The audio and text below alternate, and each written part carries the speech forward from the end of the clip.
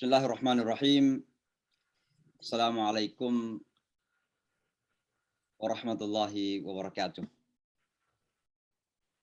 Innal Waalaikumsalam warahmatullahi nahmaduhu wa nasta'inuhu wa nastaghfiruh wa nastahdihi wa nastansuruhu wa nu'minu bihi wa natawakkalu alaih.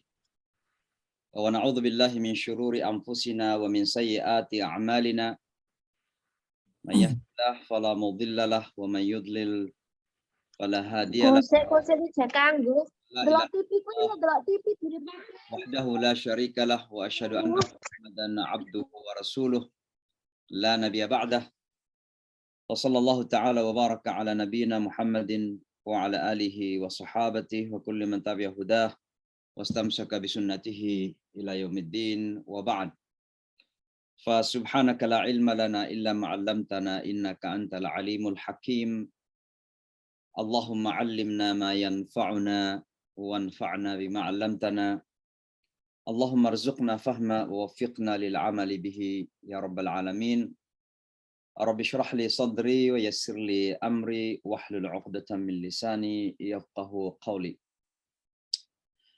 Alhamdulillah Bapak dan Ibu, pertama-tama tentu kita sebagaimana seharusnya menyampaikan puji syukur kita kepada Allah Subhanahu wa taala bahwa pada kesempatan ini kita kembali diberikan kesempatan yang mudah-mudahan penuh keberkahan, barakah, sehingga kita bisa mengambil manfaat maksimal mungkin. Tapi yang terpenting mudah-mudahan pertemuan kita secara virtual mudah-mudahan diridhai oleh Allah Subhanahu wa taala dan mendatangkan kasih sayang rahmatnya Allah Subhanahu wa taala untuk kita semua. Tentu banyak sekali kenikmatan yang perlu kita ingat dalam hidup ini, tapi yang terpenting dan yang menjadi fondasi dari semua itu adalah iman dan Islam kita. Dan karenanya kita selalu mengingatkan, mari kita syukuri iman ini, mari kita syukuri Islam ini, karena tidak semua orang diberikan kesempatan untuk bisa menikmati keindahan Islam. Kalau saja kita faham tentang keindahan Islam ini, maka pasti kita siap mengorbankan segala sesuatu untuk bisa menemukan Islam itu. Ini saya sampaikan tentu memang bahagian dari keimanan kita, tapi juga menjadi bahagian dari pengalaman bagaimana saudara-saudara kita yang kemudian diberikan kesempatan mengenal Islam ini di belakang hari dalam hidupnya, menjadi mu'alaf. Begitu bahagia, begitu senang, ya, merasakan sesuatu yang tidak bisa diekspresikan dengan kata-kata dan tidak bisa dibandingkan dengan apapun dalam kehidupan dunia ini. Dan itulah sebabnya hadis Rasulullah Sallallahu Alaihi Wasallam memotivasi kita semua untuk menyebarluaskan keindahan Islam ini. Sehingga Rasulullah mengatakan, la an yahdiyallahu bika rajulan wahidan khairun lak min humurin na'am atau minad dunya wa ma 'alaiha.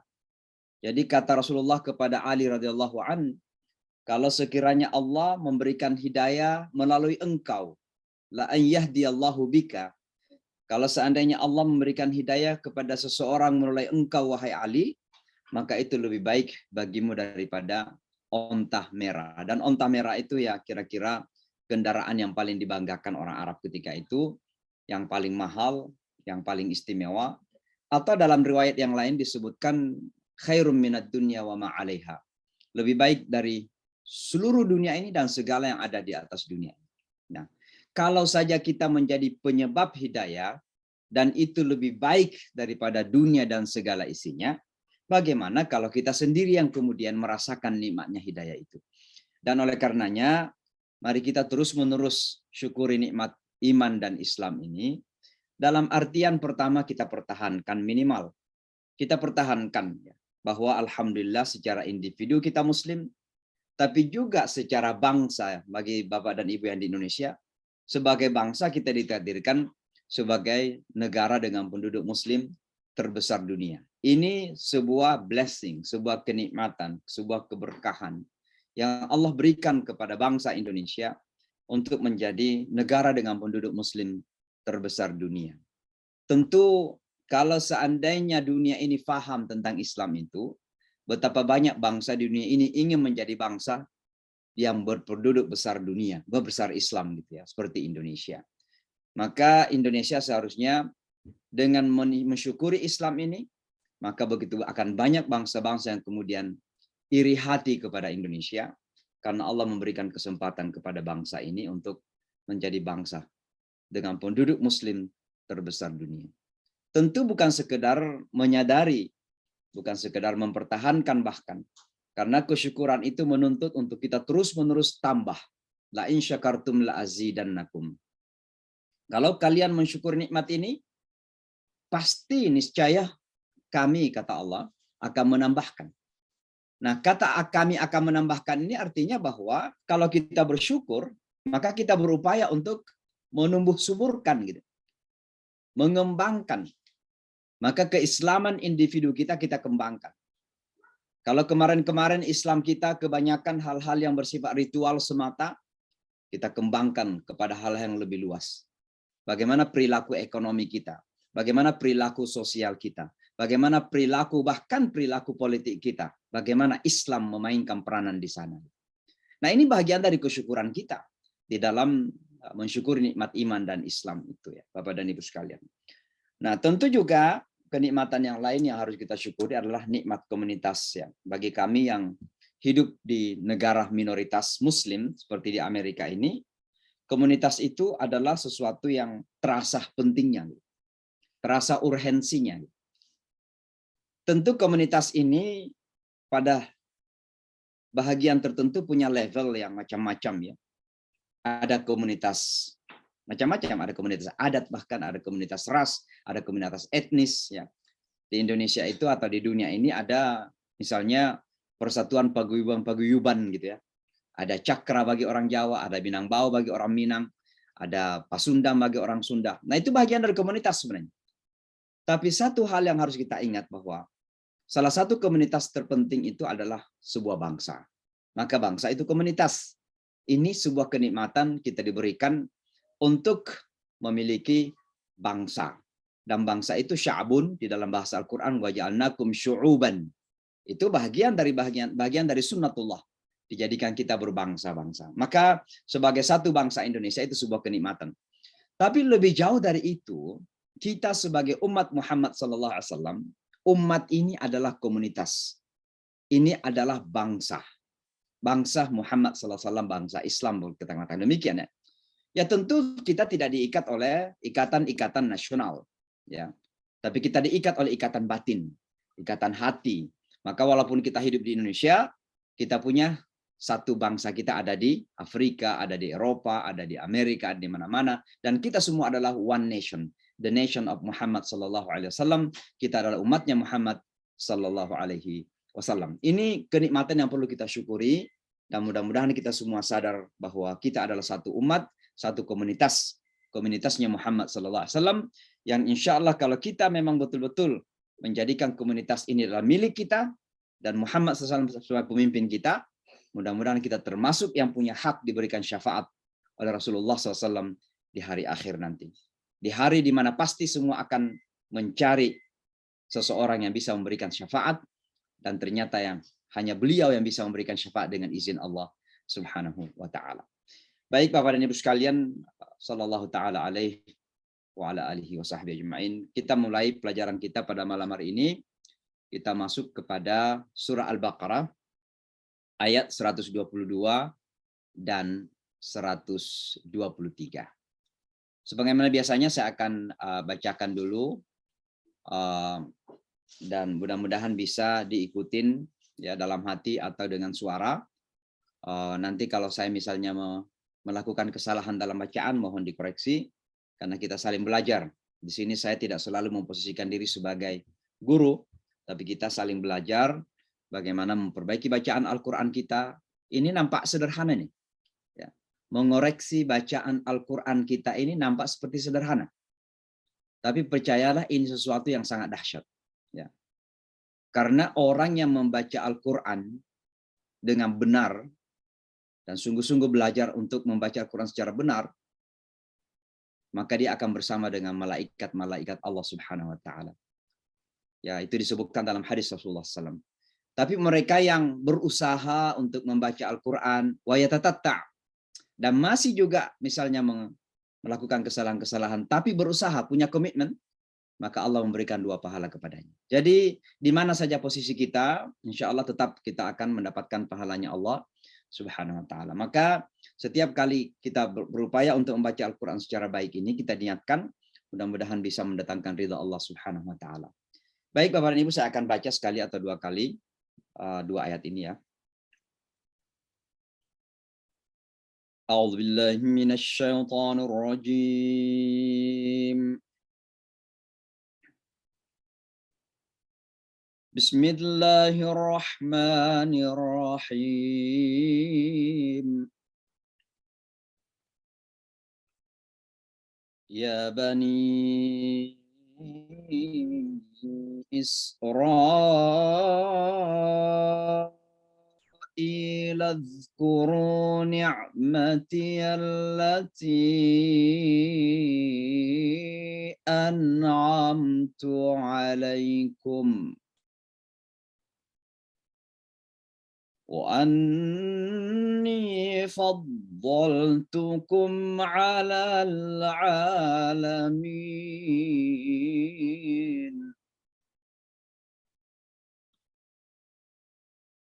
واتقوا يوما لا تجزي نفس عن نفس شيئا ولا يقبل منها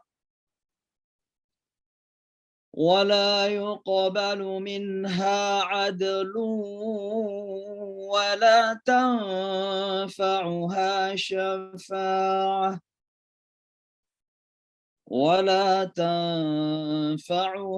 شفاعة ولا هم ينصرون.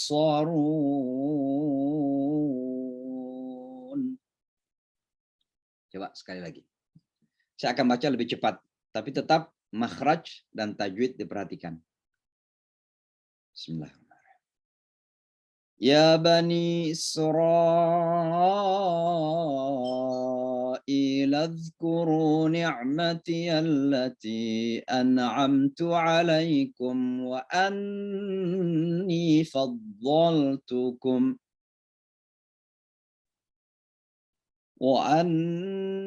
فضلتكم على العالمين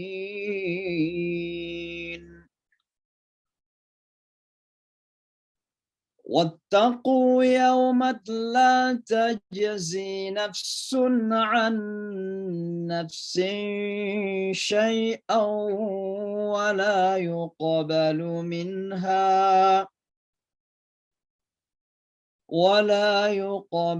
منها عدل ولا تنفعها شفاعة ولا هم ينصرون. Baik. Kalau misalnya saya kembali dan melihat satu persatu makhraj, ya, huruf-huruf yang harus kita belajar ya memperbaikinya, maka tentu semua ini sudah pernah kita pelajari. Karena ayat ini sebenarnya hampir seperti pengulangan ketika kita dulu berbicara tentang Bani Israel. Dan nanti saya akan jelaskan kenapa harus terulang ayat yang pernah dulu kita bahas pertama kali ketika berbicara tentang kisah Bani Israel dan sekarang terulang. Maka ayat ini hampir betul sama ya. Ada 1-2 kata yang berbeda pada ayat kedua. Tapi ayat pertama sudah pernah dulu.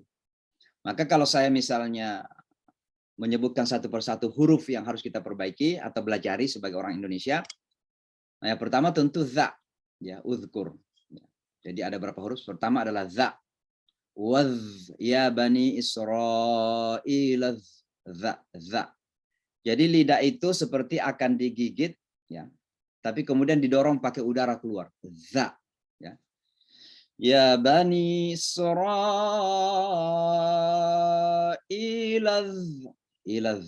uzkuru ya, yaitu yang pertama. Mudah-mudahan kita latihan terus menerus sampai menjadi kebiasaan. Nah yang kedua tentu ain. Ini menjadi umum ya, bahwa kita nggak punya huruf a, yang ada a saja. hanya biasa ya. Ain. Ini harus kita pelajari. Udhkuru ni'mati allati an'amtu alaikum wa anni faddaltukum ala ya. 'Alal 'alamin. Itu yang kedua ya, yang harus kita latihan. Ain. Dan yang ketiga adalah dha. Wa anni fadda walad dallin ya. Wa anni faddaltukum 'alal 'alamin. Dha ya. Dan yang keempat za ya. Za ada pada ayat kedua. Wattaqu yawmat la tajzi Wattaqu yawmat la tajzi nafsun an nafsin ya. Zain ya, zain. Dan yang ketiga, kelima sebenarnya adalah huruf sya, syai'an.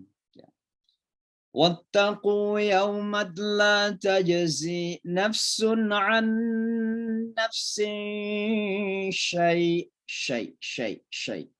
syai'an wa la yuqbalu minha 'adlu wa la tanfa'uha syafa'ah wa la tanfa'uha syafa'ah ya. Ini huruf yang selanjutnya. Dan yang terakhir, huruf yang harus kita latihan juga adalah shad. Wala hum yunsarun. Shad. Wala hum yunsarun. Wala hum yunsarun. Ya. Lalu tajwid yang mungkin saya akan ulangi. Sebenarnya saya mengambil hukum nun di situ. Ya. Hukum nun dan mim. Ya. Jadi ada beberapa, kita praktek saja supaya karena hukum-hukumnya udah pernah kita pelajari. Misalnya, ya Bani Isra. Bapak dan Ibu tadi kalau dengarkan, waktu saya membaca pertama kali dan kedua kali, itu beda membacanya ketika ya Bani Israel. Yang pertama saya panjangin. Ya Bani Israel. Yang kedua saya memendekkan. Ya Bani Israel. Kenapa? Karena ini namanya mad jaiz munfasil. Jadi 3 hukum bacaannya.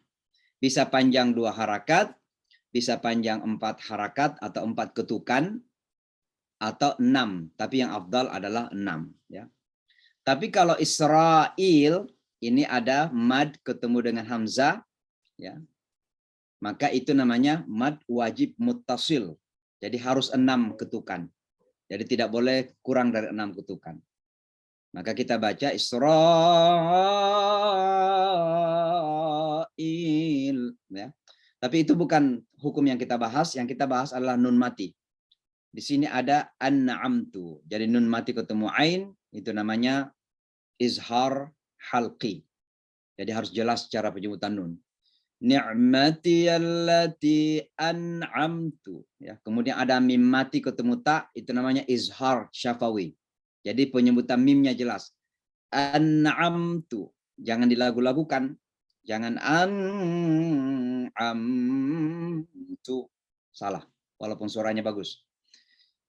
An'amtu alaikum wa. Ada mim mati ketemu wa. Ini namanya izhar syafawi juga. Harus jelas.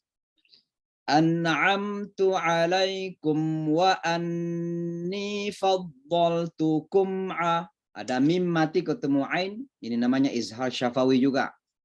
Faddaltukum 'alal 'alamin. Faddaltukum ya. Itu pada ayat pertama.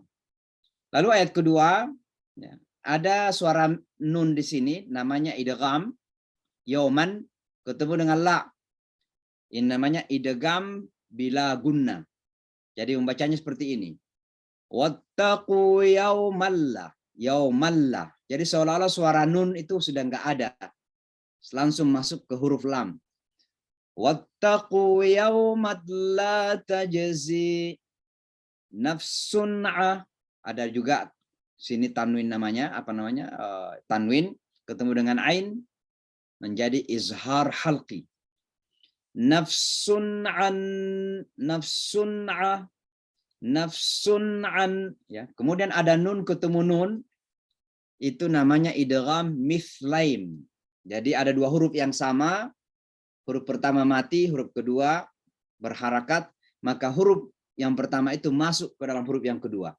Maka suara nun ini an itu masuk ke dalam suara nun yang kedua.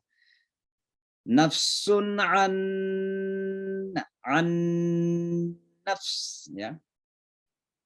Kemudian ada lagi sin syai ya. Ini ada halakat suara nun di sini ketemu dengan sya itu namanya ya? Saya lupa tapi membacanya adalah samar-samar, ikhfa. Ya. An nafsi syai'a ya. Kemudian syai'a wala. Ya, ini ada gunna ketemu dengan wa namanya idgham bi gunna. Jadi didengun-dengunkan suara n-nya masuk ke huruf waw. Syai'aw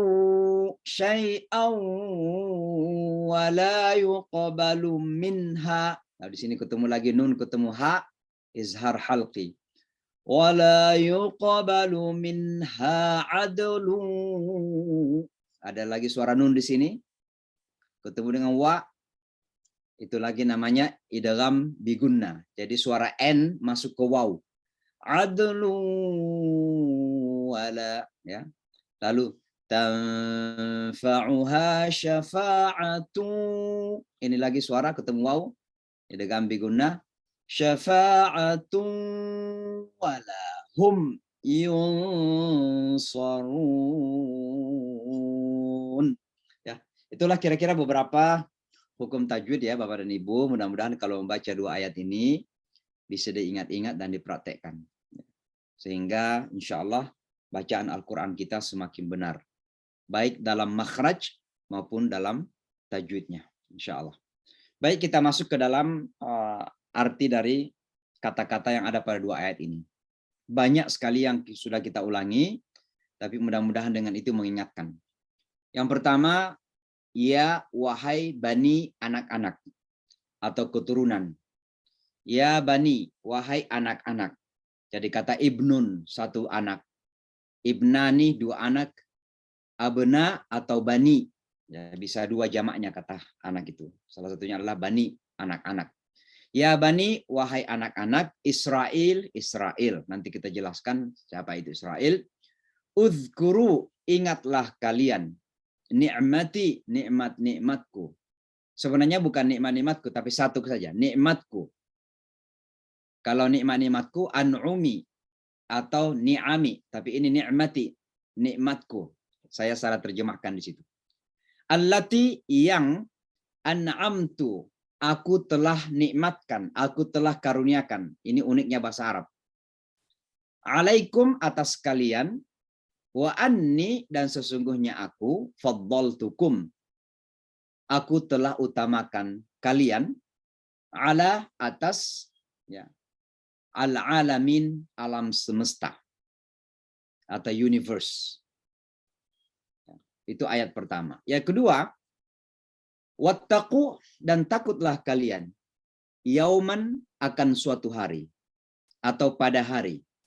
La tidak tajzi membalas nafsun seseorang an dari atau tentang nafsin seseorang syai'an sesuatu wala dan tidak yuqbalu diterima dari kata qubul maqbul ya diterima yuqbalu diterima minha darinya adlun keadilan.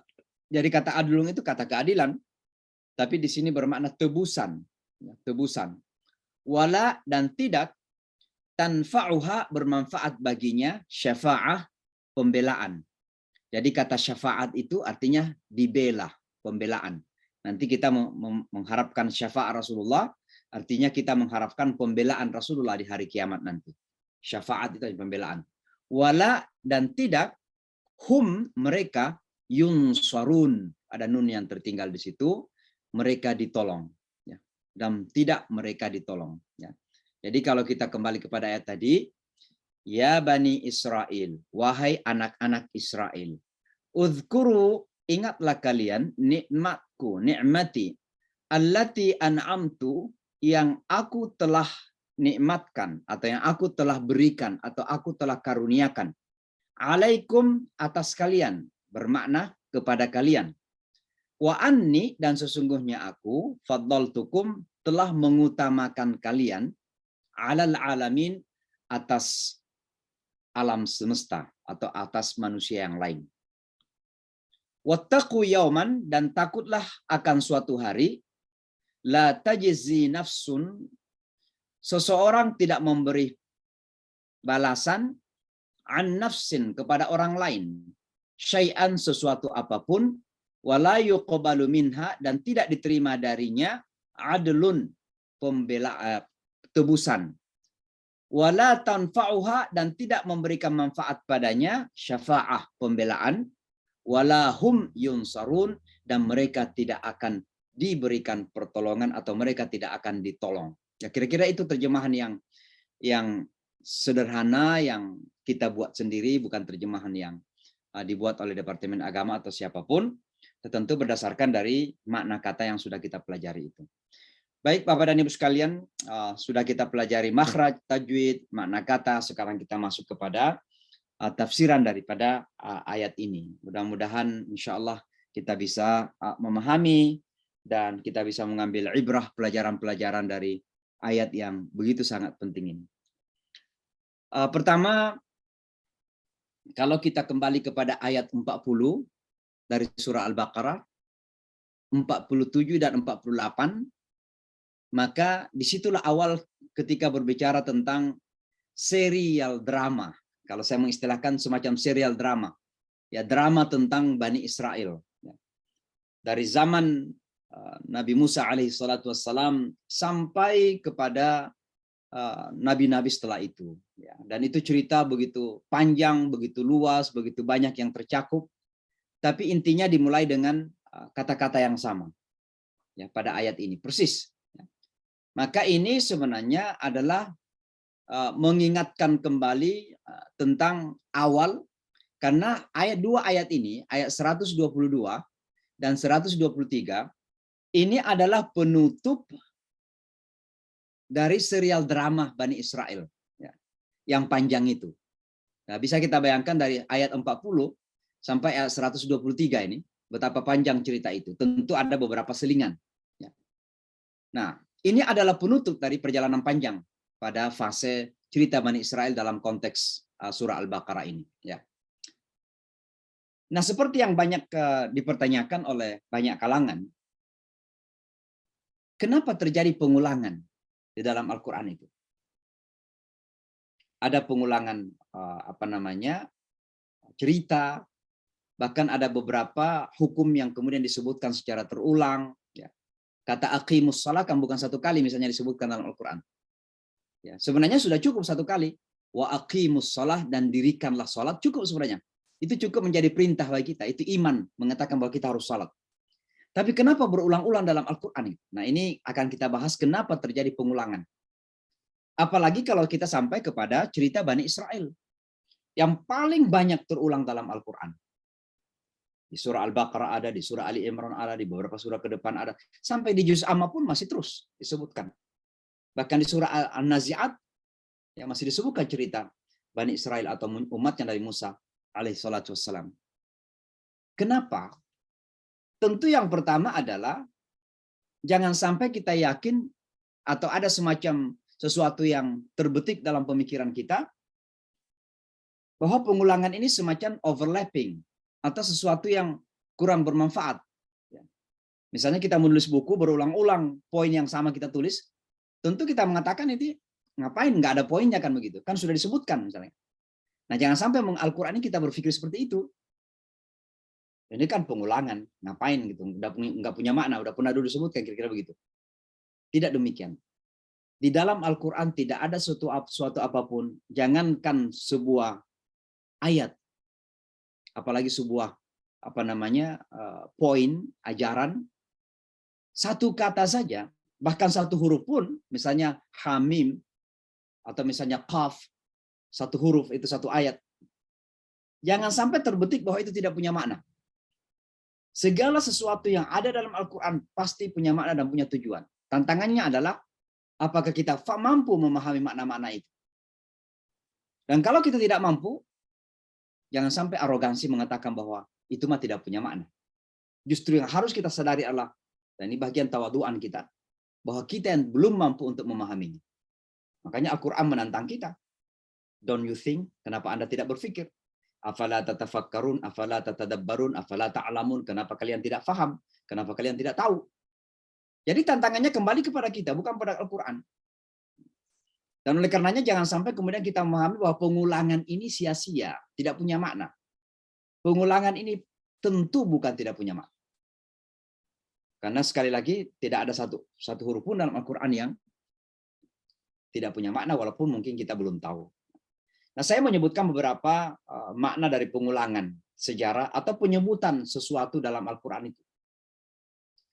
Nah, yang pertama boleh jadi adalah semacam penguatan. Jadi semacam stressing point. Jadi misalnya ini bagian dari retorika kalau orang ceramah misalnya. Kadang orang ceramah itu sebenarnya sama maknanya tapi diulang-ulang. Mari kita berpikir. Mari kita melakukan refleksi. Mari kita melakukan renungan. Padahal maknanya sama gitu. Kenapa? Karena ada penekanan pada poin tersebut. Gitu. Maka pengulangan dalam Al-Quran itu boleh jadi sebagai menguatkan bahwa itu sesuatu yang urgen, sesuatu yang penting sekali. Nah, dalam konteks Bani Israel ini, memang begitu sangat penting sekali. Kenapa sangat penting? Kalau tidak salah nanti saya akan sebutkan. Tapi pasti memang begitu penting bagi umat ini. Kisah Bani Israel, cerita Bani Israel, menjadi sangat penting bagi umat ini. Salah satu di antaranya adalah karena umat ini memiliki banyak kesamaan secara agama ya dengan Bani Israel. Nah, perbedaan kita kan ada pada umat, bukan pada agamanya. Tapi secara agama tidak ada dua agama dalam dunia ini yang kita pahami sekarang ini yang paling dekat daripada agama Islam dan Yahudi. Saya tidak berbicara mengenai umatnya. Dalam ajaran agama Yahudi ada kosher, kita punya halal. Dalam ajaran agama mereka punya praying 3 kali sehari menghadap Yerusalem. Kita sholat 5 kali sehari menghadap Al-Ka'bah, Makkah.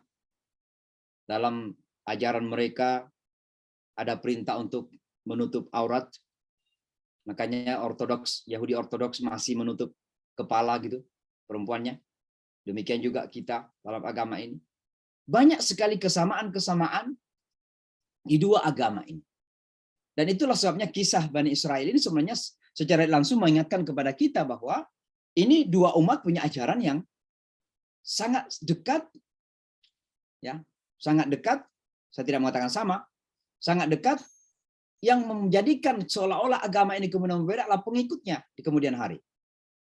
Dilarang minum alkohol, mereka minum alkohol tapi alasannya sudah diberkati, misalnya kan begitu.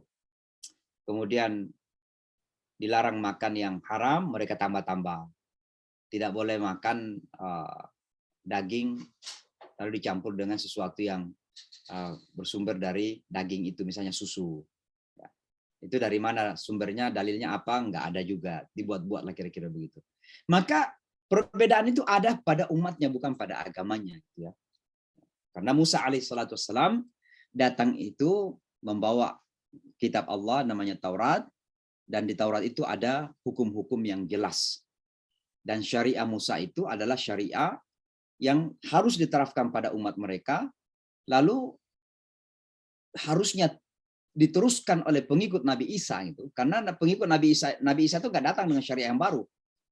Muhammad kemudian datang menyempurnakan syariah agama Allah Subhanahu wa taala. Ya. Nah, itulah sebabnya urgen sekali sejarah Bani Israel diulang-ulang dalam Al-Qur'an. Karena ada kedekatan ya. Jadi penguatan tentang urgensinya gitu. Yang kedua, ketika ada sesuatu yang terulang dalam Al-Qur'an, jangan sekali-sekali cepat mengambil kesimpulan bahwa ini tidak punya makna. Sekali lagi. Pasti punya makna pada konteks yang berbeda. Konteksnya berbeda. Misalnya Bapak dan Ibu baca di surah Al-Baqarah. Kisah Bani Israel. Coba renungin ayat-ayat itu dulu. Kira-kira kemana arahnya?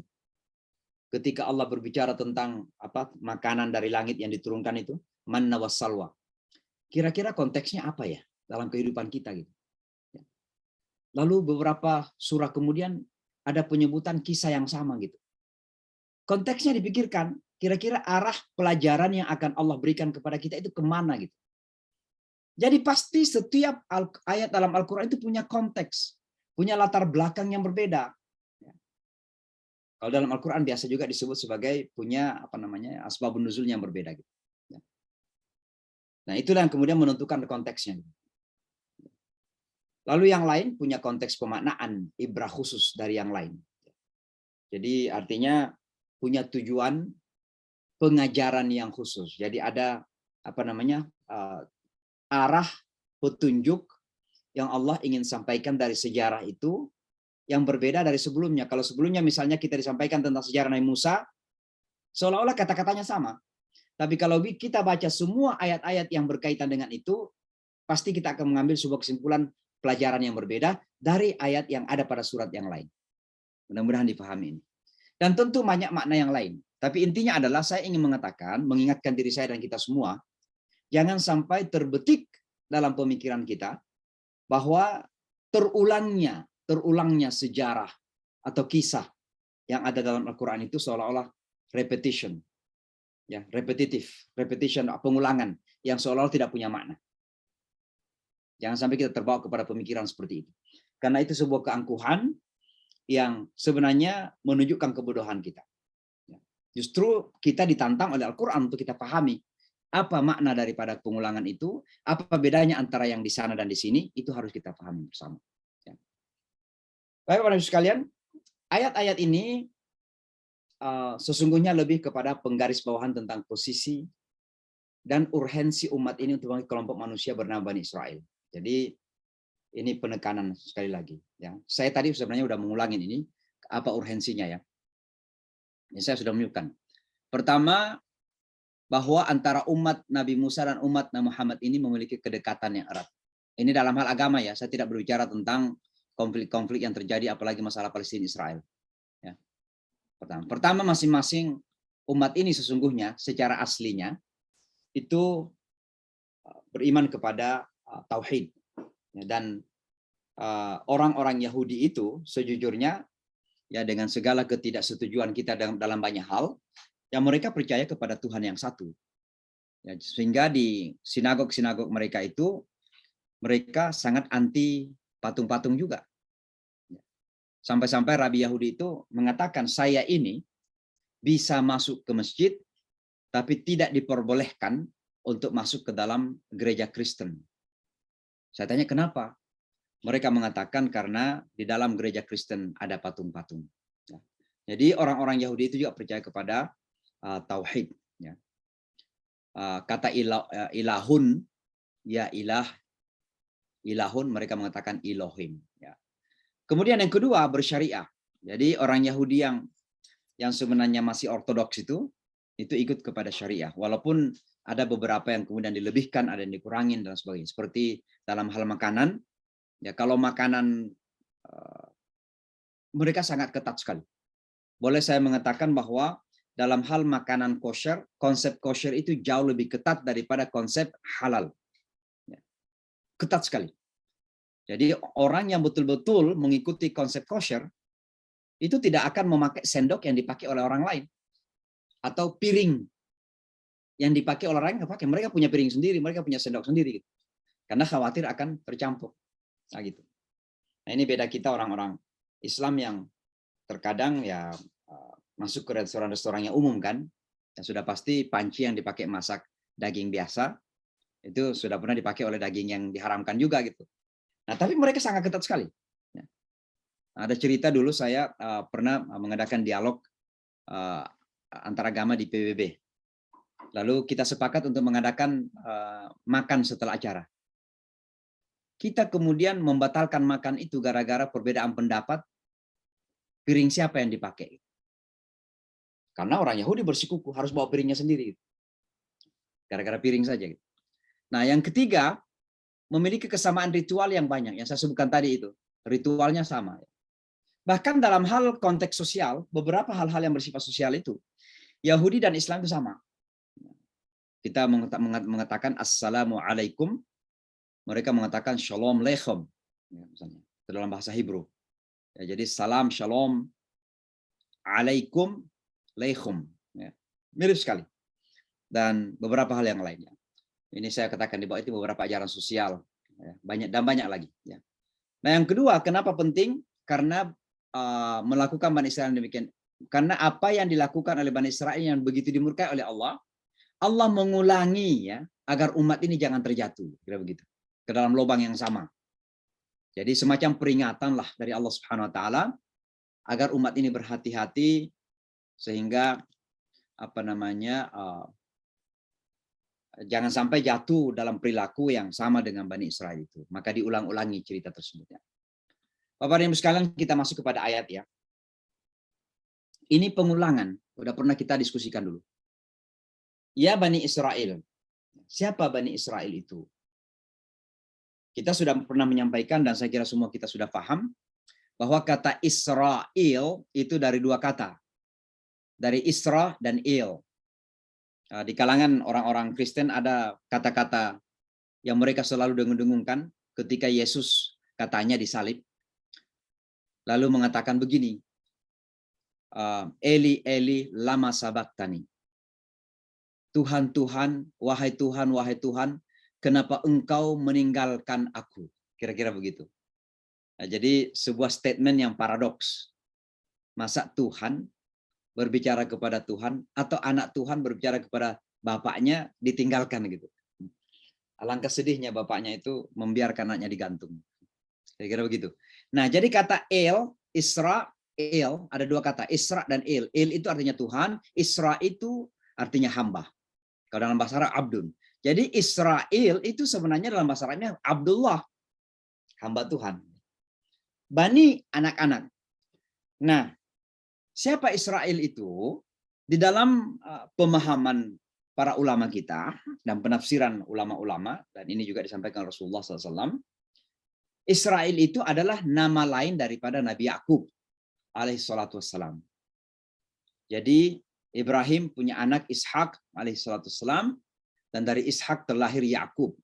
Yakub inilah yang kemudian dikategorikan sebagai bapak awal dari kelompok-kelompok atau suku-suku Bani Israel di kemudian hari.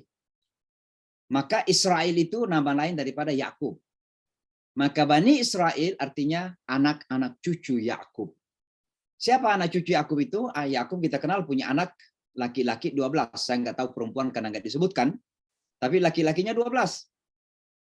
Salah satu diantaranya adalah Nabi Yusuf alaihissalatu wassalam yang kemudian dibuang ke sumur lalu diangkat dibawa oleh pedagang ke Mesir dan menjadi dipelihara oleh raja, dan itulah yang kita kenal sebagai awal berkembangnya daripada anak cucu Yakub di Mesir. Jadi kata ya Bani Israel artinya wahai anak cucu Yakub. Dan yang dimaksud di situ adalah keturunan Yakub dari 12 anak itu yang kemudian menjadi suku-suku Bani Israel. Dari 12 suku Israel itu dari 12 anak laki Nabi Yakub alaihissalatu wassalam. Inni faddaltukum. Para ulama kita mengatakan bahwa kata mengutamakan di sini kan fa'al fi'lun madhi. Jadi past tense, kata kerja masa lalu. Ya memang dulu mereka yang paling diutamakan. Kenapa? Karena mereka lah yang mendapat didatangkan nabi-nabi, didatangkan wahyu, ada ajaran syariah yang mereka laksanakan. Maka dengan itu mereka diutamakan, ditinggikan oleh Allah, dimuliakan oleh Allah. Ya. Pertanyaan yang mungkin kita perlu jawab adalah, apa perbedaan antara inni faddaltukum bagi Bani Israel, saya kesungguhnya aku mengutamakan kamu bagi Bani Israel, dan pemberian gelar kepada umat ini, kuntum khairah ummatin. Kalian adalah sebaik-baik umat. Dan ternyata orang-orang Yahudi mengaku abnaullahil mukhtar, anak-anak Allah yang terpilih. Dan kata terpilih dalam masalah itu kata ikhtara yakhtaru mukhtar, khiyar, dari kata khairun juga. Satu kata dengan kuntum khaira ummah. Jadi sama sebenarnya. Nah, ini yang kemudian menjadi lelucon, bukan lelucon tapi semacam joke ketika ketemu dengan masyarakat Yahudi gitu. Saya biasanya bercanda seperti ini.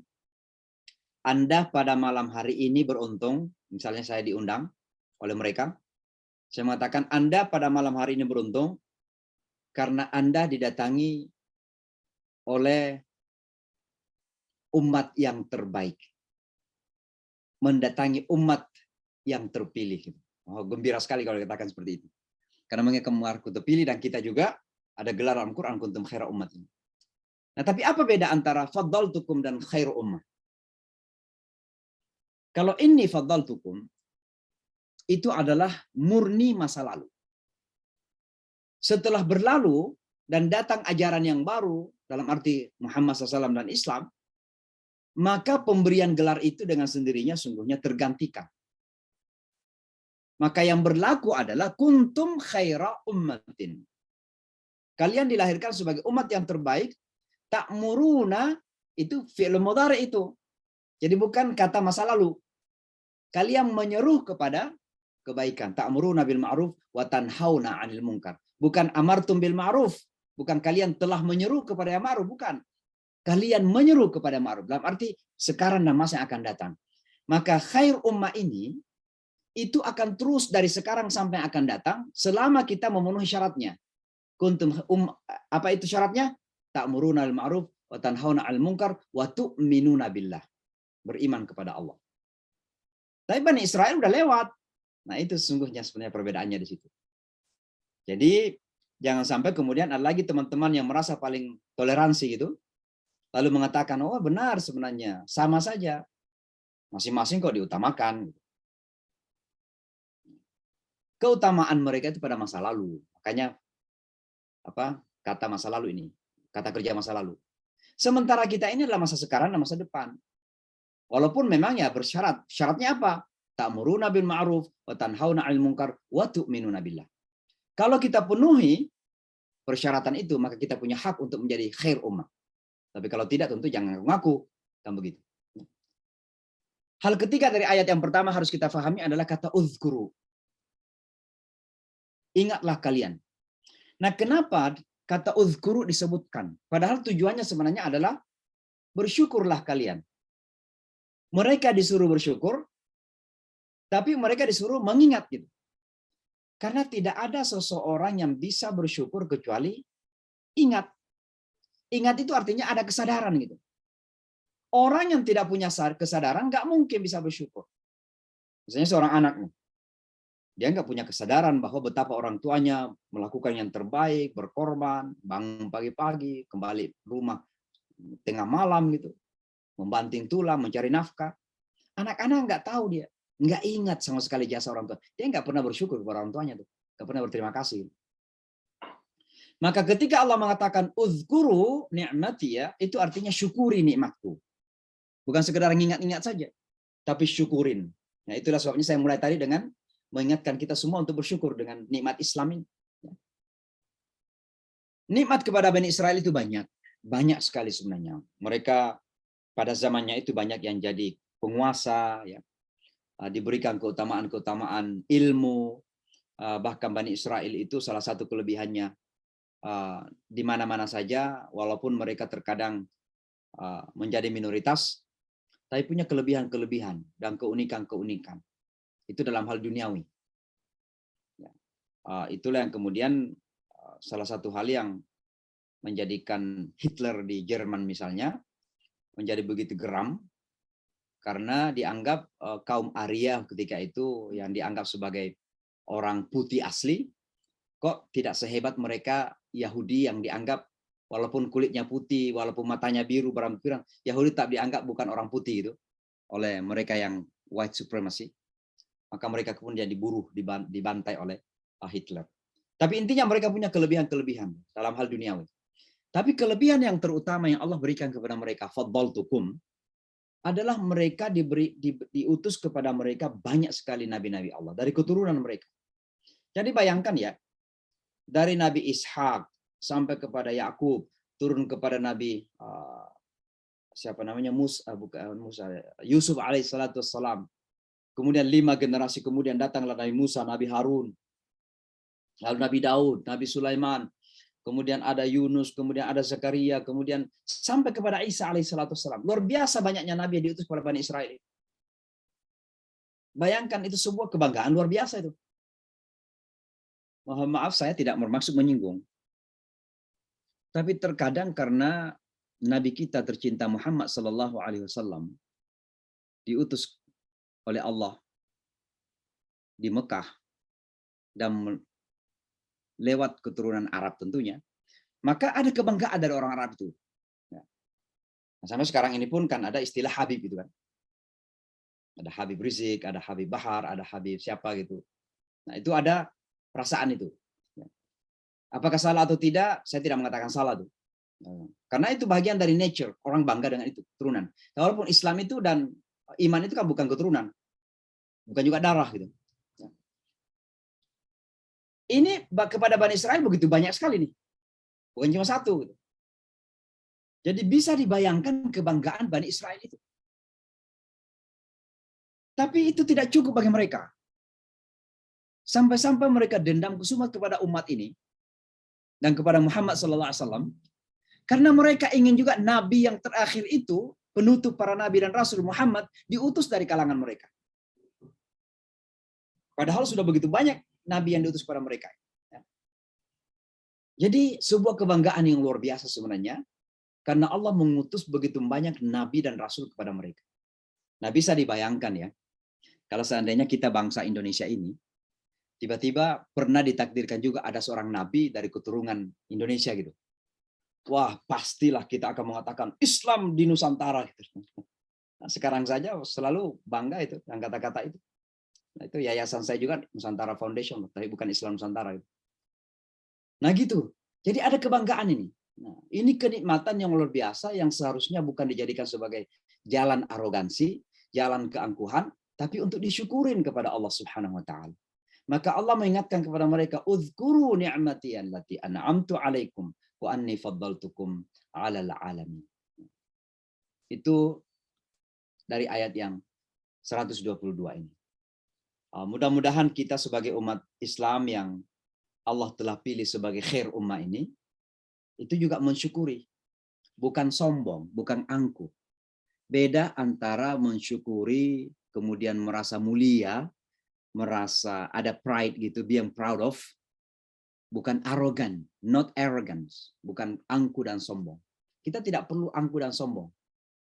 Dan memang salah kalau kita angkuh dan sombong. Justru semakin kita merasa kita ini kok mendapat kemuliaan, semakin kita tawadhu gitu. Maka permintaan kita kepada Allah, ihdinas siratal mustaqim 5 kali sehari semalam itu menunjukkan bahwa kita ini dalam proses untuk ingin selalu dijaga oleh Allah dalam hidayah. Jangan sampai kita taken for granted. Seolah-olah sudah jaminan karena kita namanya Muhammad, namanya Ahmad, atau mungkin lahir dari ibu dan bapak yang muslim, lalu kita sudah merasa memegang atau di kantong kita ada kunci surga gitu. Tidak demikian. Tapi kita harus bangga dengan pilihan itu. Dipilih menjadi khair ummah. Nah, tapi kebanggaan itu harus berdasar. Apa dasarnya? Ta'muruna bil ma'ruf wa tanhauna 'anil munkar wa tu'minuna billah. Nah, kalau itu kita tidak penuhi, jangan sampai kita bangga tapi kosong. Nah, ini seperti apa itu? Kantung tong kosong bunyi, nyaring bunyinya. Jangan sampai terjadi umat ini merasa semua hebat, umat ini dan sensitif terkadang. orang lain maju, orang lain terhormat, orang lain kuat. Karena kita merasa kita yang paling terhormat, paling mulia. Dan sementara dalam dunianya sekarang ini, misalnya yang banyak dihormatin dalam hal dunianya, mereka-mereka yang maju secara teknologi, secara ilmu pengetahuan. Lalu kita cuma marah-marah saja. Menggerutu dalam diri kita mengatakan, kenapa ya kita nggak kuat gitu? Kenapa yang kita nggak dihormatin? Jawabannya ada pada apakah kita sudah memenuhi persyaratan tadi atau tidak gitu. Ta'muruna bil ma'ruf wa tanhauna 'anil munkar. Berapa di antara umat ini kemudian berani melakukan amar ma'ruf nahi munkar demi tegaknya tu'minuna billah. Jadi didahulukannya amar ma'ruf nahi munkar karena itu terkadang menjadi benteng bagi tegaknya iman kepada Allah. Nah, ini penting sekali kita memenuhi persyaratan itu menjadi kuntum khair ummah. Nah, itu ayat 122 ya. Kita ke ayat 123. Wattaqu yauman, dan takutlah kalian tentang suatu hari. Kata takwa itu kan bermakna takut ya. Bisa diartikan sebagai takutlah. Tapi di sini memiliki makna aktif. Dalam arti yang positif. Karena takut itu ada dua. Ada takut pasif dalam arti ada perasaan ketakutan gitu. Lalu kita diam, berkecil hati, seolah-olah nggak mampu apa-apa, lalu lari bersembunyi. Nah, itu takut yang negatif, itu pasif sifatnya. Tapi takut dalam arti aktif, takwa, itu aktif untuk melakukan perubahan. Ya. Jadi ketika disuruh takut kepada yauman, pada suatu hari itu, yaitu hari kiamat maksudnya, hari akhirat maksudnya dengan ketakutan itu kita melakukan perubahan hidup gitu. Beda kalau kita takut kepada harimau. Kalau kita takut kepada harimau ya lari kita mencari perlindungan itu, mencari persembunyian gitu.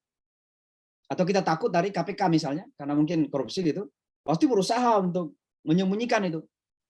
Tapi beda kalau kita takut tentang hari akhir nanti, justru semakin kita bangkit melakukan perubahan dan perbaikan. Ini yang saya istilahkan takut dalam arti aktif. Yauman, wattaqu yauman, artinya suatu hari itu adalah hari kemudian atau hari akhirat. Nah, ada beberapa hal yang harus diketahui di situ ya. Waktu tentang hari kiamat nanti. Yang pertama adalah la tajzi nafsun an nafsin syai'a. Tidak ada seseorang pun yang bisa memberikan balasan kepada orang lain. Kalau dalam dunia ini kan Anda berbuat baik, minimal ya terima kasih lah gitu. Tapi di akhirat nanti perbuatan baik itu nggak dituntut lagi. Jadi jangan lagi kita berharap akan ada yang mengucapkan bahkan terima kasih saja pun tidak ada, tidak perlu memang. Karena kita pun tidak dituntut melakukan kebaikan lagi di hari akhirat. Maka tidak ada lagi yang bisa memberikan kebaikan kepada orang lain. Ayah kepada anak, anak kepada ayah. Tidak bisa lagi.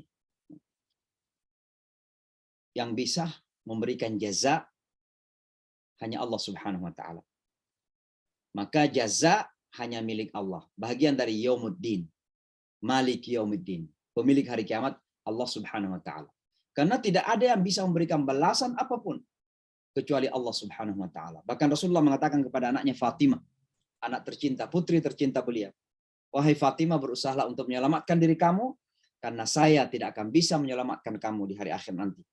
Padahal kita kenal Rasulullah bisa memberikan syafaat kan? Tapi ingat, syafaat bukan karena hubungan darah. Kalau sekiranya hubungan darah, mungkin Nabi Muhammad berusaha memberikan syafaat kepada pamannya Abu Talib. Syafaat akan diberikan karena ada ikhtiar kita untuk mendapatkan syafaat itu. Maka Rasulullah mengatakan kepada Fatimah, "Wahai Fatimah, berusahalah untuk menyelamatkan diri kamu karena saya tidak bisa menyelamatkan kamu di hari akhirat nanti." Bayangkan Nabi mengatakan kepada putri tercintanya. La yajzi nafsun an nafsin syai'a wa la yuqbalu minha syafa'ah. Dan tidak akan diterima darinya syafaat. Apa syafaat itu? Ada dua disebutkan, syafaat dan adlun. Syafaat itu artinya pembelaan semuanya. Seperti Nabi membela umatnya di hari akhirat, itu syafaat. Dalam dunia ini kan boleh saja kita membela karena banyak pertimbangan. Ya mungkin karena kedekatan, pertemanan, mungkin karena dibela karena kasihan misalnya deh dalam kehidupan dunia ini, mungkin dibela karena macam-macam pertimbangannya gitu. Di hari akhirat nanti pembelaan-pembelaan yang seperti itu tidak terjadi lagi. Pembelaan hanya terjadi ketika memang orang itu punya hak untuk dibela. Dan pembelaan yang paling penting adalah pembelaan dari Rasulullah Sallallahu Alaihi Wasallam, yang pembelaannya tidak mungkin akan ditolak oleh Allah Subhanahu Wa Taala. Bahwa yang memberikan syafaat pembelaan Allah. Lalu kemudian Allah memberikan izin kepada Rasulullah biizni. Allahu la ilaha illa huwal hayyul qayyum la ta'khudhu sinatun wala naum lahu ma fis samawati man dzalladzi yashfa'u 'indahu illa biizni. Tidak ada yang bisa memberikan pembelaan di sisinya di hari akhir nanti kecuali dengan izinnya. Siapa yang diizinkan? Muhammad sallallahu alaihi wasallam. Tapi pembelaan Nabi Muhammad hanya bisa terjadi ketika kita punya hak untuk dibela. Salawat misalnya. Bisa nggak kita mengucapkan salawat kepada Rasulullah? Jangan-jangan Nabi Rasulullah disebutkan, salawat pun kita nggak ucapkan. Allahumma shalli ala Muhammad sallallahu alaihi wasallam. Orang terkadang ketika seorang nama yang disebutkan begitu membanggakan dalam dirinya. Ada rasa kebanggaan, ada rasa kemuliaan, seolah-olah betul-betul ingin melompat gitu karena disebutkan misalnya yang baru meninggal ini Queen Elizabeth ini. Betapa mungkin banyak yang melihat sebagai wah, seorang wanita yang wah gitu ya. Berapa dekade menjadi ratu gitu. Pelajaran bagi kita semua bahwa hidup ini perjalanan. Dan perjalanan ini bukan pendek panjangnya, bukan bentuknya bagaimana, tapi bagaimana kita telah menjalaninya. Dan apakah kita sadar bahwa ada tujuan yang akan kita capai dalam hidup ini. Dan mudah-mudahan kita semua Bapak dan Ibu sekalian diberikan umur yang panjang, ya 97 tahun seperti Queen Elizabeth atau bahkan lebih. Tapi bukan masalah panjangnya sekali lagi, mudah-mudahan tahu bahwa hidup ini adalah tanggung jawab, hidup ini adalah untuk beribadah, dan kita punya tujuan. Tujuan kita adalah kembali kepada Allah dengan ridha, radiyatan mardiyah. Maka syafaat artinya pembelaan, wala adlun. Adlun itu artinya keadilan, tapi artinya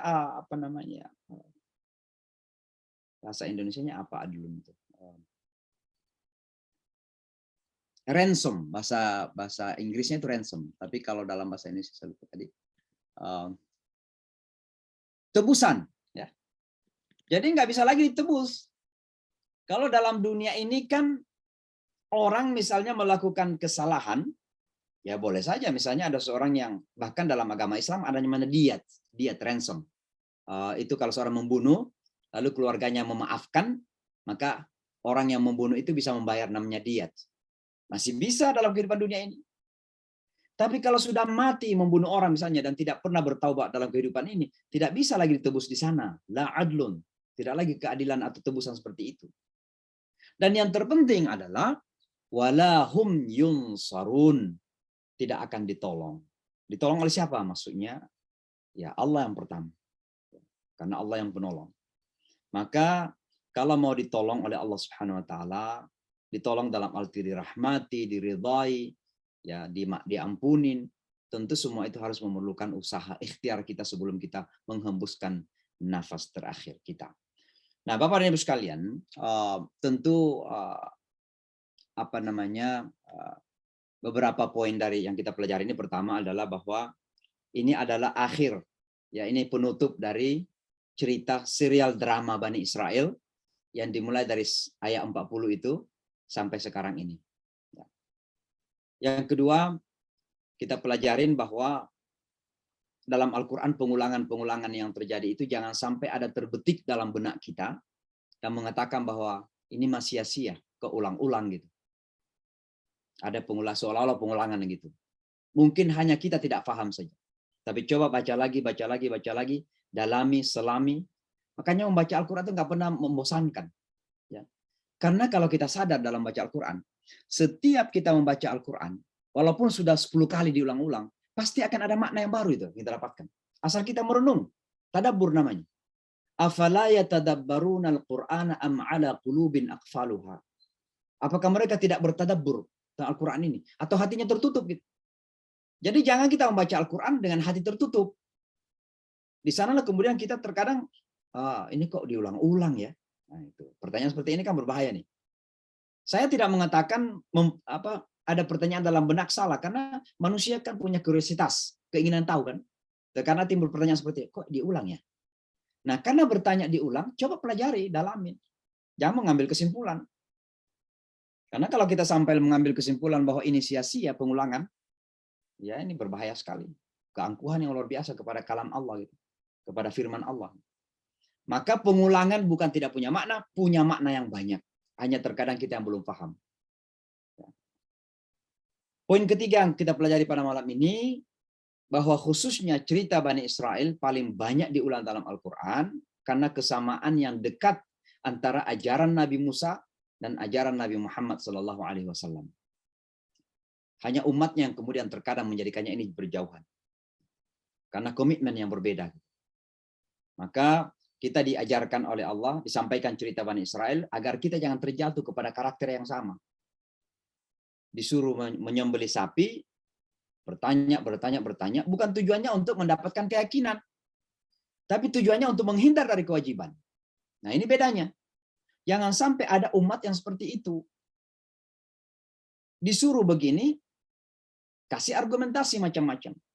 Tujuannya bukan untuk mengklarifikasi, bukan untuk mendapatkan keyakinan, al-yakin, bukan memperkuat keimanan seperti Ibrahim, tapi justru ingin menghindar dari kewajiban itu. Nah, ini masalah gitu.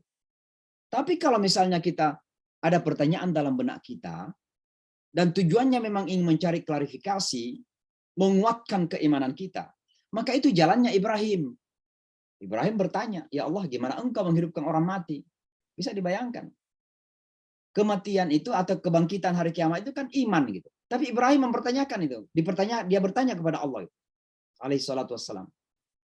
Allah tidak menegur dia.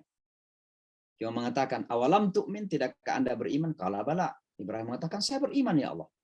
Walakin liyatma'inna qalbi. Saya cuma ingin peace in mind. Saya ingin damai dalam pemikiran saya, supaya saya ini tidak goncang gitu. Saya ingin mendapatkan jawaban itu. Maka kemudian mendapatkan jawaban. Itulah Ibrahim alaihissalam. Tapi Bani Israel itu bertanya untuk lari dari kewajiban. Jangan sampai kita seperti itu. Dan lain sebagainya tentunya banyak sekali yang bisa kita pelajarin, yang tentu tidak sempat saya sebutkan banyak. Mudah-mudahan bisa kita semua baca kembali 2 ayat ini dan kita renung-renung lagi. Dan mudah-mudahan insya Allah kita mendapat manfaat. Mohon maaf kalau ada kekurangan-kekurangan. Cukup saya kira sampai di sini. Mudah-mudahan kita dijaga oleh Allah semuanya dan kita diberikan kesempatan untuk lebih paham lagi dan lebih punya komitmen untuk mendalami ayat-ayat Allah Subhanahu wa taala, sehingga kita insya Allah dalam hidup ini semakin diridhai oleh Allah Subhanahu wa taala. Saya kira demikian Bapak Ibu sekalian, saya kembalikan kepada Bapak dan Ibu kalau sekiranya ada hal-hal yang ingin ditanyakan, dipersilakan. Fadhal. Silakan di-unmute. Assalamualaikum, Syekh. Assalamualaikum. Ya, terima kasih, Syekh. Barangkali ini bukan pertanyaan, cuma minta kalau memang boleh, materinya bisa di-share ke kami di grup.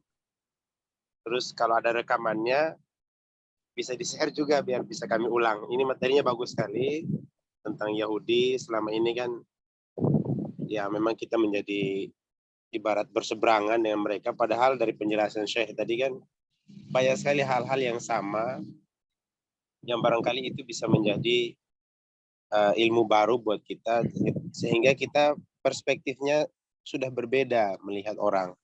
Jadi tidak dengan arogan, tidak dengan rasa dendam, permusuhan. Itu saya mungkin tambahan komentar saja. Jazakallah khair. Assalamualaikum warahmatullahi wabarakatuh. Assalamualaikum warahmatullahi wabarakatuh. Jadi bisa kontak nanti Mbak Citra kalau nggak salah di sini dari Nusantara Foundation di Jakarta, bisa kirim WhatsApp ke situ, nanti dikirimkan bahannya, dan juga ininya apa namanya YouTube-nya bisa lihat di Nusantara Foundation Official. Kalau YouTube itu saya kira selalu diupload oleh teman-teman di Jakarta karena ini direkam juga. Nah, Ya, Oke. dan benar sekali bahwa kita di dalam melihat manusia itu pertama tentu harus setting saya ini apa ini nggak bisa chat ke everybody ya. Nggak apa-apa, nanti saya kirimkan kontaknya. Oh ya, saya jadikan co-host dulu Mbak Citra ya. Tadi saya udah jadikan co-host ya, keluar kali.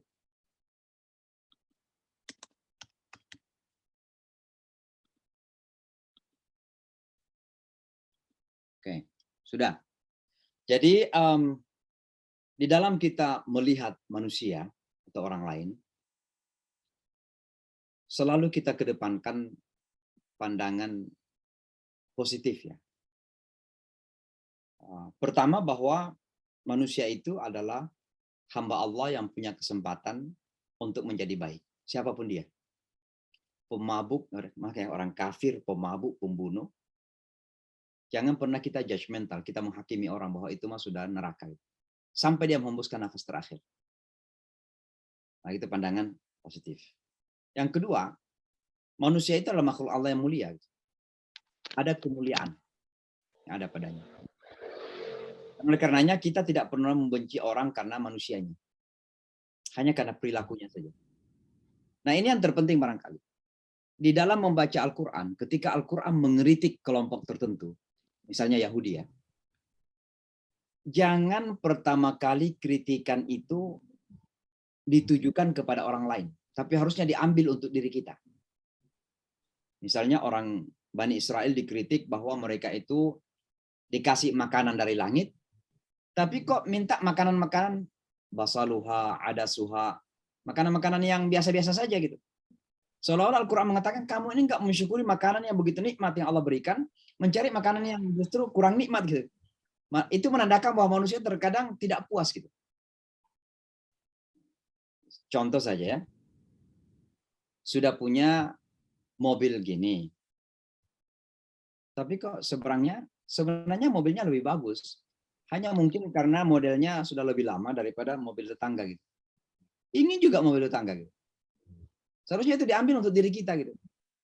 Kenapa? Karena Al-Quran ini kan pertama kali untuk kita mengimaninya. Gitu. Jadi jangan setiap membaca kita kritikan dalam Al-Quran, otak kita ini melihat orang lain gitu.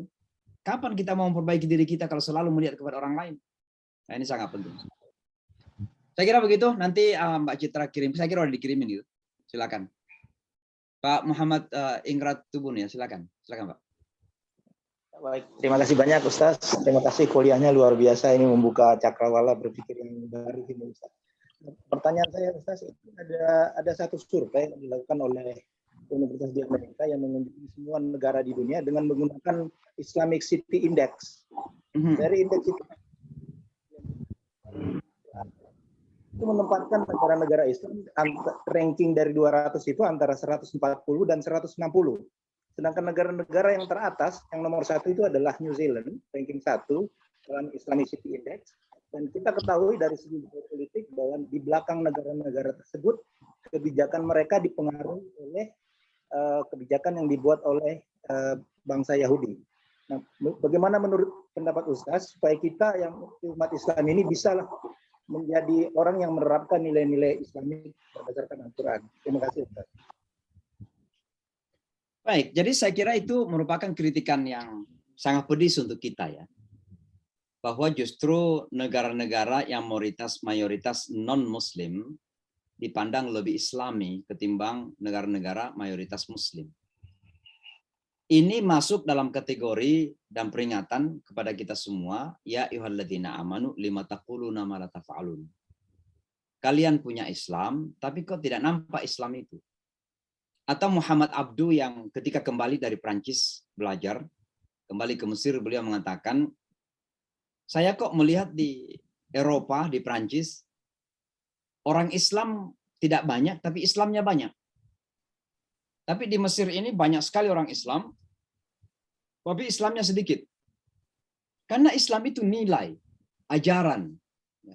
Dan ketika nilai dan ajaran itu nggak ada dalam kehidupan, maka jadilah sebuah formalitas-formalitas yang kering. nama, afiliasi-afiliasi, kemudian bentuk-bentuk lahir yang terkadang menjadi simbol-simbol Islam, tapi substansinya nggak ada gitu. Bagaimana dalam bisnis, bagaimana dalam bahkan perpolitikan, bagaimana kehidupan sosial, bagaimana kedisiplinan sosial di jalan saja misalnya, kebersihan misalnya, etos kerja misalnya, menghormati waktu misalnya. Nah ini kan semua ajaran Islam yang harus dinampakkan. Gitu. Nah ketika semua ini nggak hadir dalam tatanan dunia yang mayoritas Muslim, nah orang nggak melihatnya sebagai contoh tauladan gitu, tidak Islami. Gitu. Yang lebih Islami ya memang saya setelah penembakan di New Zealand kemarin sempat ke New Zealand, nah, luar biasa gitu.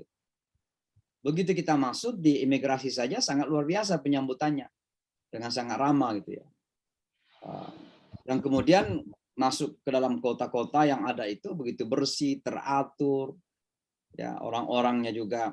Yang menembak di New Zealand itu kan bukan orang New Zealand, itu orang Australia. Gitu. Makanya wajar kalau New Zealand misalnya Selandia Baru itu berada pada urutan ke atas dari Islamnya gitu. Begitu adil. Beliau perdana menterinya misalnya perempuan itu, ya ketika terjadi penembakan itu lihat aja bagaimana sikapnya. Itu kan itu justice, itu keadilan kan. Bagaimana orang melakukan pembelaan kepada yang dianggap victim, korban gitu. Nah itu Islam sesungguhnya. Maka sekali lagi sangat disayangkan memang bahwa mayoritas negara-negara Muslim ini yang dikatakan negara Muslim, yang mayoritas penuhnya Muslim, itu belum menampilkan gitu substansi Islam, esensi Islam itu dalam kehidupan yang nyata, yang real di lapangan. Sehingga seperti yang saya sering ulang-ulangi, saya ini biasa ditantang sama teman-teman di Amerika ini, bercanda tapi serius. Kalau suatu ketika Amerika ini jadi negara mayoritas Muslim, kira-kira bentuk negaranya kira-kira gimana nanti? Apakah jadi seperti Mesir, Bangladesh, Pakistan, atau mungkin Indonesia, atau bagaimana gitu? Bagaimana bentuknya gitu? Nah ini kan pertanyaan yang susah dijawab gitu. Padahal pada saat yang sama kita dakwakan Islam itu kan kedisiplinan, kemajuan, Islam itu perdamaian, Islam itu keadilan. Gitu. Tapi terkadang susah juga kita mendapatkan keadilan-keadilan dalam dunia Islam itu. Nah ini yang jadi masalah. Jadi saya kira orang Islam harus menjadi Muslim yang benar. Ya alladzina amanu dukhulu fis silmi kaffah. Wahai orang-orang yang orang Muslim, ya beriman, masuklah ke Islam secara sempurna itu. Sempurna itu ya bukan hanya di masjid, tapi juga di pasar, di parlemen, di mana-mana menjadi Muslim gitu. Mana orang mau dusta ketika sholat kan enggak. Tapi ketika dia bisnis, ada jaminan enggak kalau dia enggak dusta? Mana ada orang nyakitin ketika dia sholat. Bahkan dia tutup sholatnya dengan assalamualaikum. Mudah-mudahan Anda damai gitu.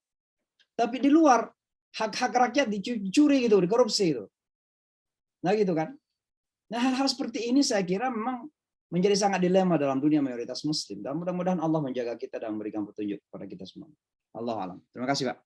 Silakan Pak Narendra. Di-unmute. Ya. Assalamualaikum warahmatullahi wabarakatuh. Assalamualaikum. Sudah lama nggak tanya ke Ustaz Samsi. Pertanyaan saya, bagaimana caranya kan di kitab suci yang kita bicara Quran ada banyak yang belum bisa kita terima dengan logika dan akal, dan di situ kita perlu yang namanya beriman. Nah, bagaimana proses kita tatafakarun, tatadabarun sehingga bangsanya kayak mukjizat, karomah apapun itu bisa kita jelaskan sehingga kita nggak sekedar klit aja, sekedar ngikut tapi nggak ada ilmunya, karena kita tahu Islam di Indonesia mulai merebak di anak-anak muda hijrah, tapi ya ujung-ujungnya ya dia merasa paling beriman lah, paling ini, sehingga ya ikut-ikut tapi soulnya itu menurut saya masih kurang.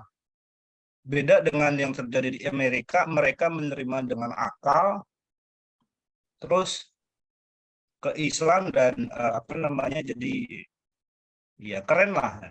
Nah, apakah kita mulai dulu berakal, menganalisis dulu baru menemukan, atau beriman dulu baru kita berpikir sehingga ketemu hakikat, bukan sekedar ibadah lahiriah yang nungging-nungging aja tapi nggak dapat maknanya, nggak mengubah hidup kita, tapi juga sholat yang benar-benar membuat kita itu muslim yang jadi uswatun hasanah, jadi umat yang khairul umat. Mohon petunjuknya karena saya juga tinggal di daerah minoritas Islam di mana harus memberi dakwah bagi sekitar bahwa Islam itu nggak seperti zaman dulu ngebom Bali gitu, karena masih ada trauma seperti itu di Bali ini. Terima kasih Ustaz. Wassalamualaikum warahmatullahi wabarakatuh. Assalamualaikum warahmatullahi wabarakatuh. Ya memang sebenarnya antara iman dan ilmu itu kan seperti chicken and eggs ya, ayam dan telur. Gitu. Sebenarnya tidak bisa dipisahkan.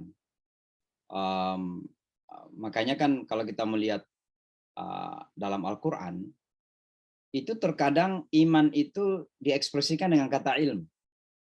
Lau kunna na'lam au na'qil. Seandainya kami tahu atau kami berakal. Ma kunna fi ashabis sa'ir. Kami tidak akan masuk neraka. Itu orang sudah di akhir akhirat itu.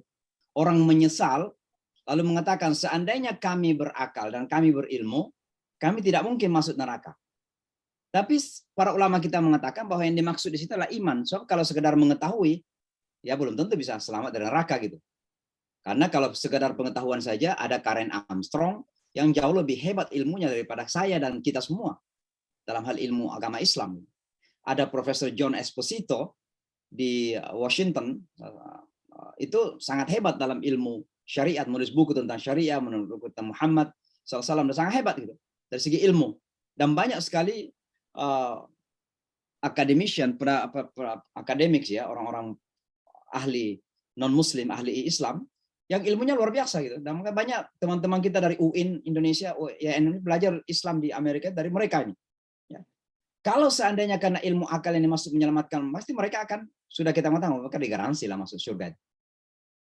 Dan Allah mengekspresikan kata ilmu dan akal di situ. La kunna na'lam au na'qilu.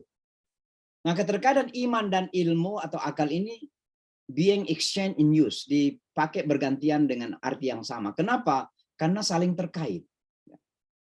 Orang yang berilmu dengan ilmu yang hakiki, yang benar, adalah ilmu yang mampu menghadirkan keyakinan. Itulah ilmu yang sesungguhnya. Tapi iman yang ma'rasikh, yang dalam, yang sungguh-sungguh, adalah iman yang memang mendapat klarifikasi rasionalitas. Ya, akal. Walaupun memang kita harus sadari bahwa akal kita pasti sangat terbatas di dalam memahami segala aspek dan rincian keimanan yang ada itu. Kita berbicara tentang bagaimana dibangkitkan hari akhirat, kita pakai logika kita, sampai mati pun nggak bisa paham tuh. Apalagi kita mau bawa mayat daging atau bones, tulang seseorang yang sudah mati, bawa ke laboratorium, lalu dilakukan penelitian. Nggak mungkin itu bisa kita temukan hasilnya kan. Nah, itu memerlukan keimanan di situ. Tapi lalu bagaimana kita meyakinkan bahwa itu benar? Coba kita berakal. Kita putar akal kita. Kita menemukan jawaban misalnya. Bahwa dibangkitkan di hari akhirat itu dengan cara yang Allah tahu, bagaimana caranya kita nggak tahu, tapi dibangkitkan itu pasti atau tidak? Pasti. Kenapa? Masuk akal sekali. Masuk akalnya gimana? Bisa kita temukan jawabannya itu. Misalnya salah satu ya, ini salah satu saja. Kalau hidup hanya dunia ini saja, berarti yang paling untung Queen Elizabeth dong. Ya, dia hidup 96 tahun, menjadi ratu berpuluh-puluh tahun. Kalau nggak salah sejak umur 25 tahunan sampai 96 tahun. Waduh, untung betul ya.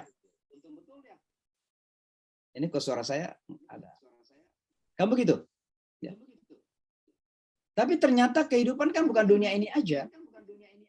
Kalau kehidupan dunia ini aja, pasti yang untung orang-orang seperti beliau itu. Bagaimana teman-teman kita yang ada di pinggir jalan, tukang sapu berkerimat, tukang becak gitu, jujur-jujur saja dalam hidup ini. Sementara yang korupsi triliunan belum tentu ditangkap oleh KPK gitu. Lalu apa kehidupan ini aja gitu? Ya udah, bagi yang punya kesempatan untuk korupsi sebanyak-banyaknya. Nikmati sebanyak-banyaknya. Beli kapal pesiar, jet pribadi gitu. Bangun istana gitu. Kalau hanya kehidupan ini saja. Pasti ada hari di mana kita akan mempertanggungjawabkan semua apa yang kita lakukan dalam dunia ini. Itu rasionalitasnya. Tapi kalau kita mau pelajari di rinciannya gimana dibangkitkan sampai gila pun nggak paham kita. Maka poin saya adalah antara iman dan ilmu itu memang saling terkait. Ya seperti chicken dan egg gitu ya, antara ayam dan telur kira-kira begitu. Maka mari kita beriman, kita imanin ya, sambil berusaha mengklarifikasi hal-hal yang kemudian ada di pertanyaan yang ada di akal kita. Bahkan yang kecil-kecil misalnya, kenapa ya kita disuruh sholat 5 waktu? Atau mungkin yang lebih kecil lagi, kenapa ya kalau subuh kita disuruh membaca dengan suara yang jelas? Kalau zuhur enggak? Kenapa ya subuh hanya 2 rakaat? Kalau zuhur 4. Kalau akal kita mengatakan seharusnya zuhur itu 2 rakaat aja. Sekarang orang lagi sibuk gitu. Kalau subuh ya enggak apa-apa lah 4 rakaat. Itu akal kita. Nah, apakah salah mempertanyakan itu? Enggak salah. Tapi kalau sampai kita nggak menemukan jawabannya, apakah kita nggak beriman? Kan tidak begitu juga. Kita harus sadar juga bahwa kita terbatas. Jangankan hal-hal yang berkaitan dengan Allah, dengan Rasulullah, dengan langit, bumi ini saja banyak kita nggak tahu. Karena keterbatasan kita. Maka sekali lagi, mari kita mengimani dengan iman yang betul-betul, tapi pada saat yang sama, berusaha untuk menguatkan, mengklarifikasi. Seperti Ibrahim itu. Seperti Ibrahim alaihissalam. Menguatkan keimanan kita itu dengan memungsikan akal kita, rasionalitas kita itu. Makanya Al-Quran kan mengatakan, Inna fi khalqis samawati wal ardi wa ikhtilafil laili wan nahar la ayatin li ulil albab. Siapa ulul albab? Alladzina yadhkuruna Allaha qiyaman wa qu'udan wa ala junubihim. Itu kan kata hati di situ, zikir, iman. Tapi enggak cukup, wa yatafakkarun. Mereka berpikir fi khalqis samawati wal ardi. Maka antara hati dan akal itu enggak pernah dalam Islam itu enggak dipisahkan. Harus nyambung gitu. Walaupun terkadang akal kita ini kan terlalu terbatas untuk bisa memahami semua, menyelami semua, mendalami semua apa yang seharusnya ada dalam batin dan hati kita. Saya kira begitu, Pak. Terima kasih. Silakan yang lain, mungkin yang terakhir sekali Pak Jarod. Pak Jarod. Baik, terima kasih Ustadz. Ya. Assalamualaikum warahmatullahi wabarakatuh. Salam wabarakatuh. Ya, selamat bertemu kembali Ustadz ya. Kemarin waktu di New York saya mohon maaf nggak sempat datang ke Jamaika nih ke Nusantara Foundation. Tapi selamat ya Ustadz sekali lagi ya atas diresmikannya dan juga beraktivitasnya Nusantara Foundation. Baik, gini Ustadz, saya menyambung dari tadi komentar dan juga pertanyaan dari Bapak Ustadz Muhammad Ingratubun. Ya. Oh, dari namanya saya kenal nih, Ingratubun itu dari Tual ya Pak Ingratubun ya, dari K ya kalau nggak salah. Karena saya dulu kecilannya lama di sana Ustadz. Saya lama tinggal di Tual. Tual itu ibu kota Maluku Tenggara. Siap. Dari tahun 81 saya udah di sana itu. Selama saya di sana karena saya dulu tinggal di dekat bandara Dumatubun di Tual itu, di Langgur itu adalah tempatnya markasnya para misionaris Katolik. Jadi kalau kita tinggal di Tual atau di Langgur di sekitar situ Maluku Tenggara itu banyak misionaris Katolik yang asli Belanda.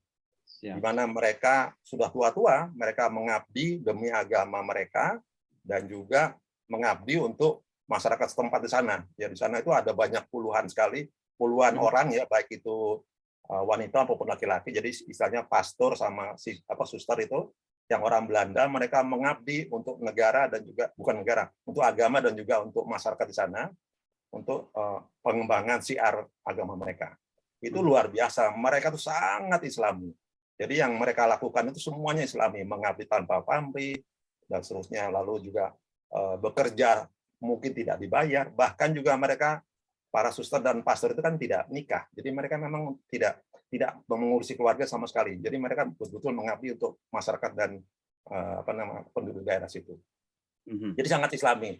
Itu perbandingan di Maluku Tenggara dulu saya masih tahun 80-an. Saya juga dulu alumni Prancis, Ustaz. Jadi saya dulu lama tinggal di Marseille. Marseille itu kota nomor 2 di Prancis ya setelah Paris ya. Kalau kata orang rute rally Paris-Dakar itu daerah Muslim pertama dalam rute Paris-Dakar. Paris-Dakar itu dari Paris di Prancis sampai ke Dakar di Senegal di Afrika. Rute Paris-Dakar itu daerah Muslim pertama yang dilalui adalah Marseille. Di mana notabene Marseille itu adalah di Prancis, tapi di sana banyak orang-orang Islam. Jadi orang-orang Maghreb, negara Maghreb seperti ya Aljazair, Tunisia, Maroko, itu yang mereka beragama Islam tinggal di Marseille. Tetapi implementasi kehidupan sehari-hari dan juga kemasyarakatan mereka luar biasa jelek. Ya, jadi kalau kita ketemu orang Islam di Marseille itu sangat harus berhati-hati, karena kalau nggak nodong, nyopet, atau bahkan hal-hal kekerasan lain termasuk kekerasan seksual dan lain-lain itu sudah umum. Jadi orang di sana kalau ngelihat orang Islam di sana, khususnya orang-orang yang hidungnya mancung Arab-Arab itu, mereka akan berjaga-jaga, wah jangan-jangan kita diapain gitu. Nah itu. Jadi satu atau dua contoh tadi sudah bisa menggambarkan bagaimana tadi sudah Ustadz Samsi katakan bahwa antara iman dengan amal itu seperti telur dan ayam. Jadi mana yang duluan? Menurut saya ini dua-duanya perlu kita cermati bersama. Kenapa? Karena orang Islam yang di Marseille itu sama sekali tidak Islami. Tetapi sebaliknya orang yang non Muslim, yang non Islam, yang di Tual tadi di tempatnya kampungnya Pak Ingrat Tubun tadi itu sangat Islami. Ya. Nah, sekarang kita cermati mana yang kita pilih. Harus kita ambil dua-duanya. Ya, dari segi agamanya kita paham benar bahwa implementasi aplikasi kehidupan yang Islami walaupun dikerjakan oleh seseorang, tetapi bila tidak dilandasi oleh iman itu akan sia-sia. Ya, mereka katakanlah mengabdi buat masyarakat kelas bawah, lalu mungkin juga mengabdi buat agamanya, tapi tidak dilandasi oleh iman. Iman dalam arti mengakui bahwa tidak ada Tuhan selain Allah dan mengakui bahwa Rasulullah Muhammad itu adalah utusan Allah. Itu sangat penting. Jadi implementasi Islam yang sedemikian baiknya yang dilakukan oleh Muslim itu akan sia-sia bila tidak dilandasi oleh iman kepada syahadat tadi ya. Sebaliknya orang yang punya iman dengan syahadat yang baik, tetapi implementasinya nyata disebut sebagai ajaran Islam yang tidak dilaksanakan dengan baik, maka itu juga akan sia-sia juga, tetap juga akan masuk ke neraka. Ya, karena tidak bisa mengimplementasikan ajaran Islam. Sehingga kita, ya mungkin bagi kita yang pernah hidup di luar negeri, atau mungkin juga sampai sekarang Ustaz Sampi dan teman-teman masih di Amerika, ya itu juga menjadi satu tantangan, challenge, bagaimana Islam itu yang benar, yang bagaimana. Jadi kita sebagai role model, ya. Jadi kita harus berhati-hati apabila kita tinggal di lingkungan yang mungkin agak asing, di mana katakanlah Islam sebagai minoritas. Kita akan menjadi role model ataupun contoh daripada bagaimana Islam itu sebenarnya. Baik. Mungkin itu Ustadz Samsi pendapat saya, sehingga kita harus menyeimbangkan antara iman dengan amal tadi, sehingga bisa menunjukkan bahwa Islam itu seperti ini. Contoh saya tambah sedikit lagi, misalnya kemarin saya sempat jalan-jalan ke tempatnya 9/11 WTC di New York ya. Di sana kelihatan sekali bahwa saya bertanya kepada para pedagang kebab, mungkin kepada security, kepada orang-orang Amerika sendiri, dan juga beberapa orang Islam yang pernah menyaksikan keadaan 9/11 di sana, itu rata-rata bersaksi bahwa itu bukan kesalahan Islam. Jadi bukan semata-mata kesalahan Islam. Jadi ada sesuatu ya semacam rekayasa lah bagaimana bisa menjatuhkan Islam. Sebetulnya dengan demikian justru dampak daripada 9/11 itu adalah Islam justru bangkit. Jadi apabila kita dipojokkan tapi tidak dengan data cocok yang masuk akal, maka nama Islam akan semakin membaik. Ya bukan malah jatuh, tapi justru akan menjadi membaik. Sekarang banyak sekali orang-orang Amerika yang sudah berubah menjadi Muslim karena dengan kasus 9/11 tadi. Begitu pula saya harapkan di negara lain ya, di mana kita bisa menjadi role model yang baik di luar negeri, di luar Indonesia ataupun di luar negara-negara Islam, di mana Islam sebagai minoritas itu bisa membuat kita menjadi role model yang baik terhadap sesungguhnya Islam itu seperti apa. Demikian Ustaz Samsi, terima kasih atas waktunya. Assalamualaikum warahmatullahi wabarakatuh. Pak Jarod ini profesor, tapi walaupun sudah pensiunan, tapi kalau profesor itu nggak boleh pensiun gitu, profesor terus gitu. Ngajar. Baik, Bunda Sumangkat dan Pak Jami atau Bun Jami, silakan. Dua lagi ya, singkat-singkat saja barangkali. Silakan. Assalamualaikum warahmatullahi wabarakatuh. Assalamualaikum. Menarik sekali Pak Samsi telah memberikan kami panjang lebar tentang orang Yahudi. Tapi gini Pak Samsi, kalau saya itu kadang melihat orang-orang Yahudi yang misalnya ada di Florida yang mereka tampil pakai pakaian mereka, dan ibu-ibunya juga pakai jilbab kayak gitu. Itu pikiran saya itu masih ini Ustadz, masih lihat surat Al-Baqarah gitu. Mereka itu begini begini begini. Padahal kan belum tentu ya seperti Pak Ustadz tadi katakan, kita harus melihat dari respect kebaikannya dia. Memang atasan saya juga dulu orang Yahudi juga baik sekali. Nah itu gimana untuk menghilangkan rasa rasa seperti yang ada di surat Al-Baqarah itu gimana caranya gitu Ustadz? Dan apakah mereka itu berpikiran apa terhadap orang Islam kalau kita pakai jilbab dan kita berjalan di antara mereka, apa yang ada di benak mereka? Saya jadi curious sekali gitu, Ustadz. Ya.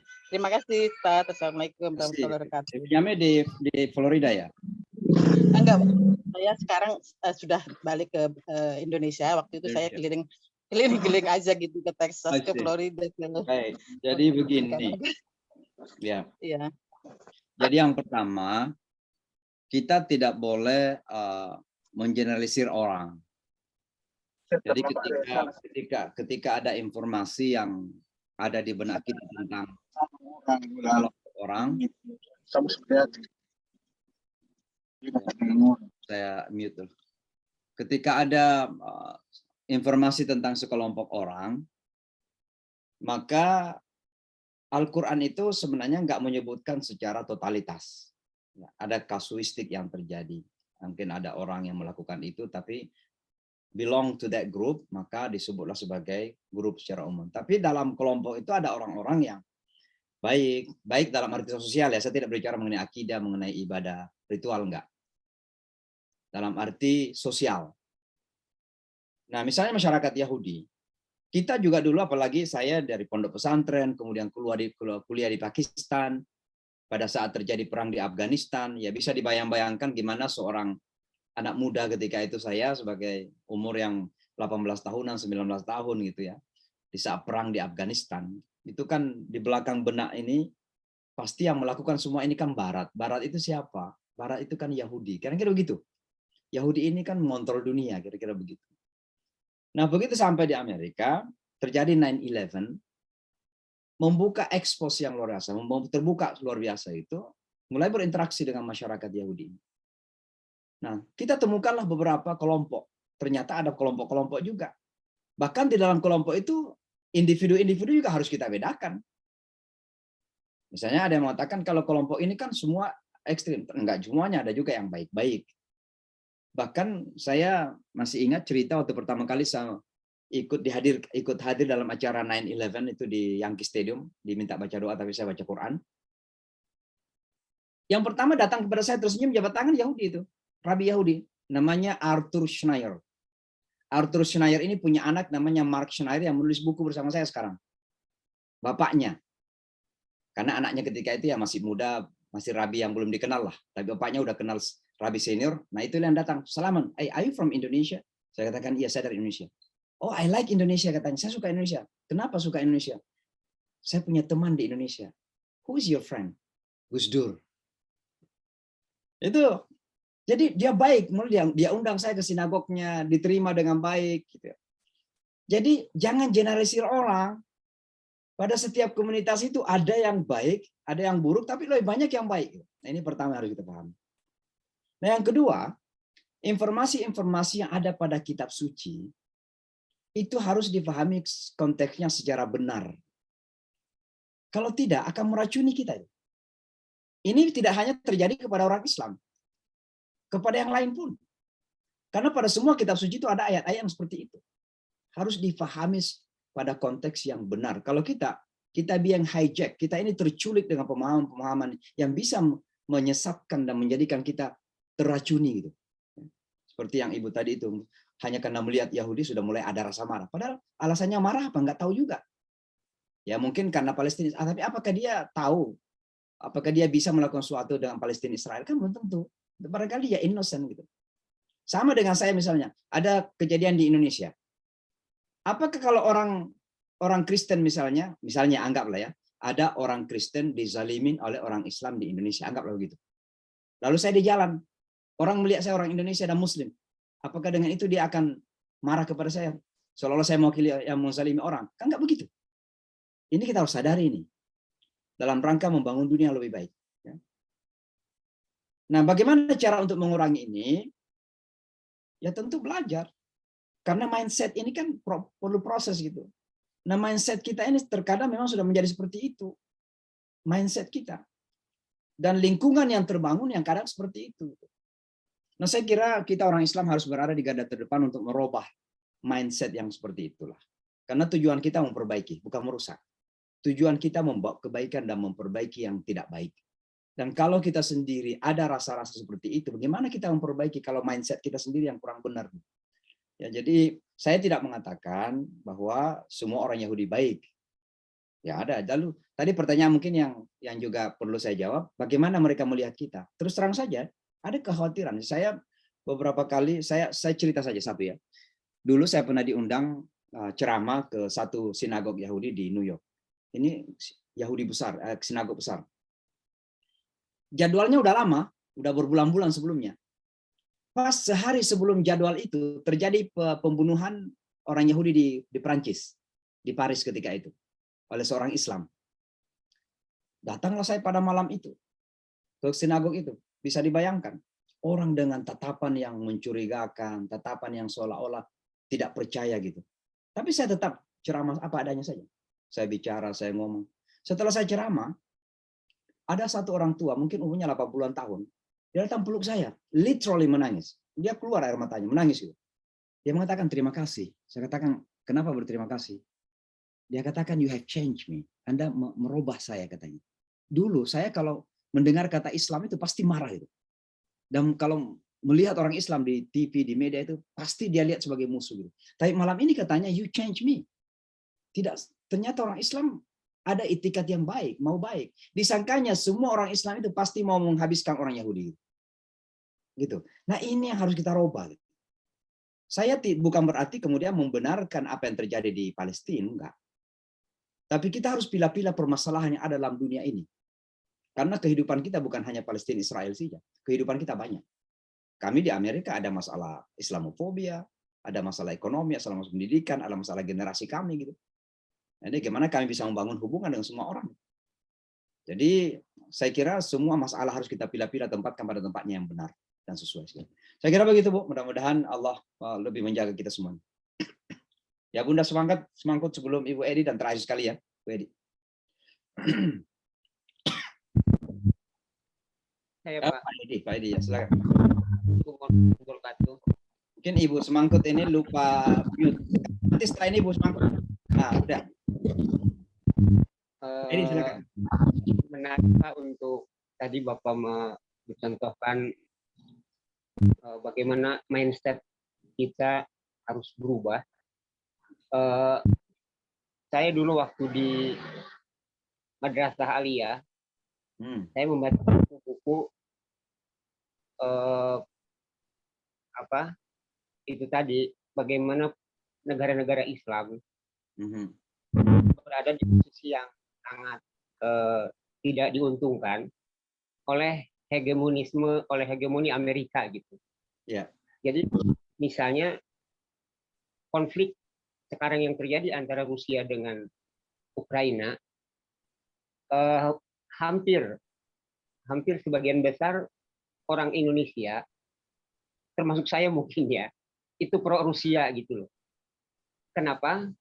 Karena melihat Amerika itu, ini sebetulnya perangnya perang proksi aja sebetulnya antara Rusia dengan Amerika gitu ya. Itu sebetulnya Ukraina gitu. Karena Amerika kadang-kadang dia melihat sesuatu dari sudut pandangnya saja gitu. Bagaimana menyerang Afghanistan, bagaimana dia menyerang Irak gitu. Dan lain sebagainya, banyak negara-negara yang dia karena dia memandang dari sudut pandangnya sendiri saja gitu. Tidak memperhatikan sudut pandang yang lain bahwa itu tidak boleh. Gitu. Nah, berdasarkan fakta-fakta itulah mungkin kebanyakan orang Islam di Indonesia itu pro Rusia gitu dalam konflik Ukraina. Kita bukan ngomong agama ya, tapi ngomong keberpihakan. Gitu. Karena Rusia juga belum tentu benar. Gitu. Ya. Nah, stigma ini kan mengemuka gitu, tumbuh di mana-mana akibat bagaimana Amerika misalnya ketika menghadapi konflik di Palestina itu terlalu pro Israel gitu. Dan dia menutup mata keburukan-keburukan Israel. Lihat saja misalnya ketika misalnya di PBB ketika diadakan pemungutan suara, kalau yang antara mau menjatuhkan sanksi misalnya ke Israel, Amerika selalu absen gitu, selalu melindungi. Nah, apakah hal-hal kayak gini disadari oleh Amerika nggak Pak, Bapak sebagai negara yang ada di sana? Terima kasih Pak. Assalamualaikum warahmatullahi wabarakatuh. Ya benar. Jadi disampaikan itu sangat benar bahwa salah satu kekurangan yang paling parah Amerika itu adalah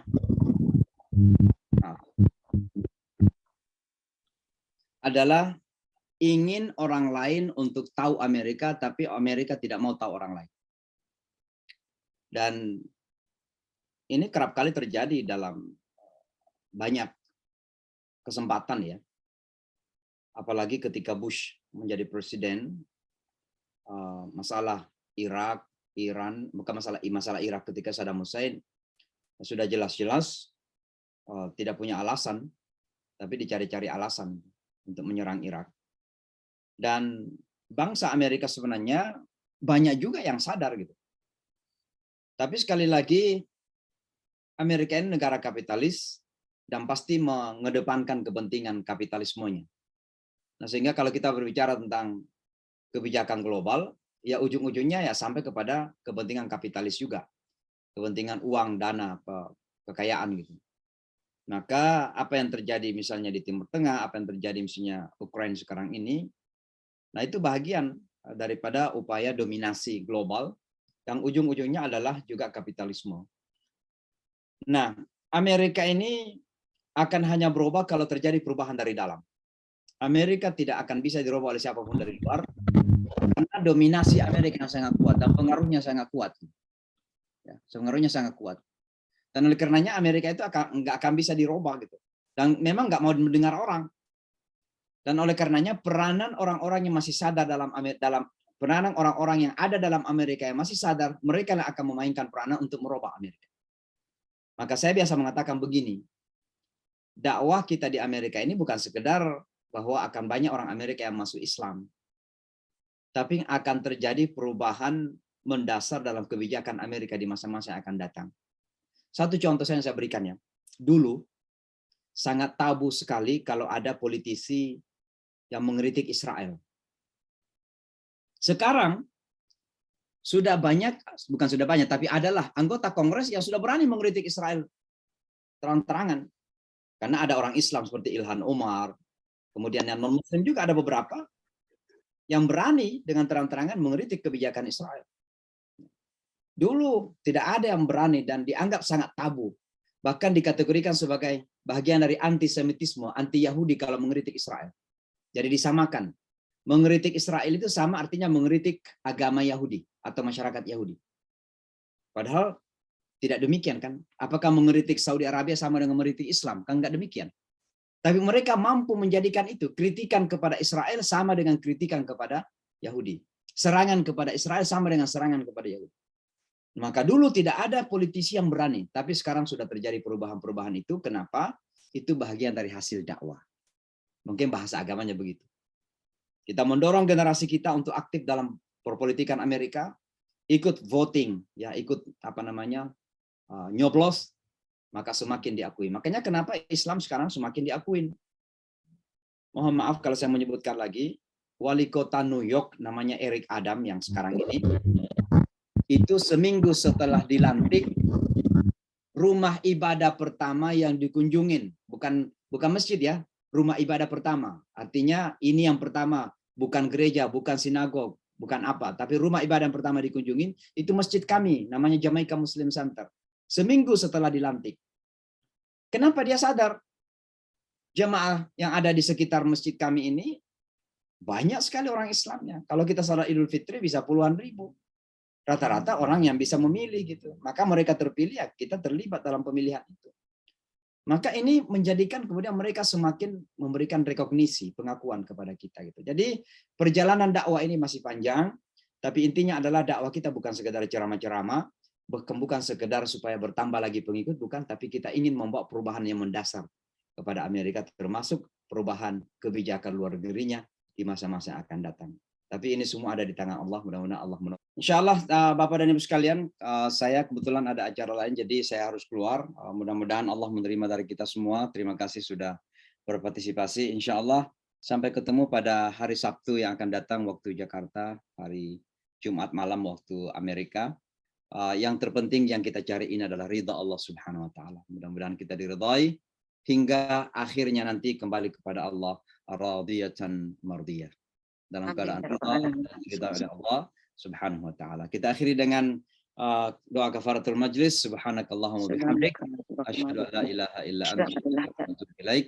Assalamualaikum warahmatullahi wabarakatuh. Waalaikumsalam. warahmatullahi wabarakatuh. Terima kasih Komandan Imam. Terima kasih. Waalaikumsalam warahmatullahi wabarakatuh.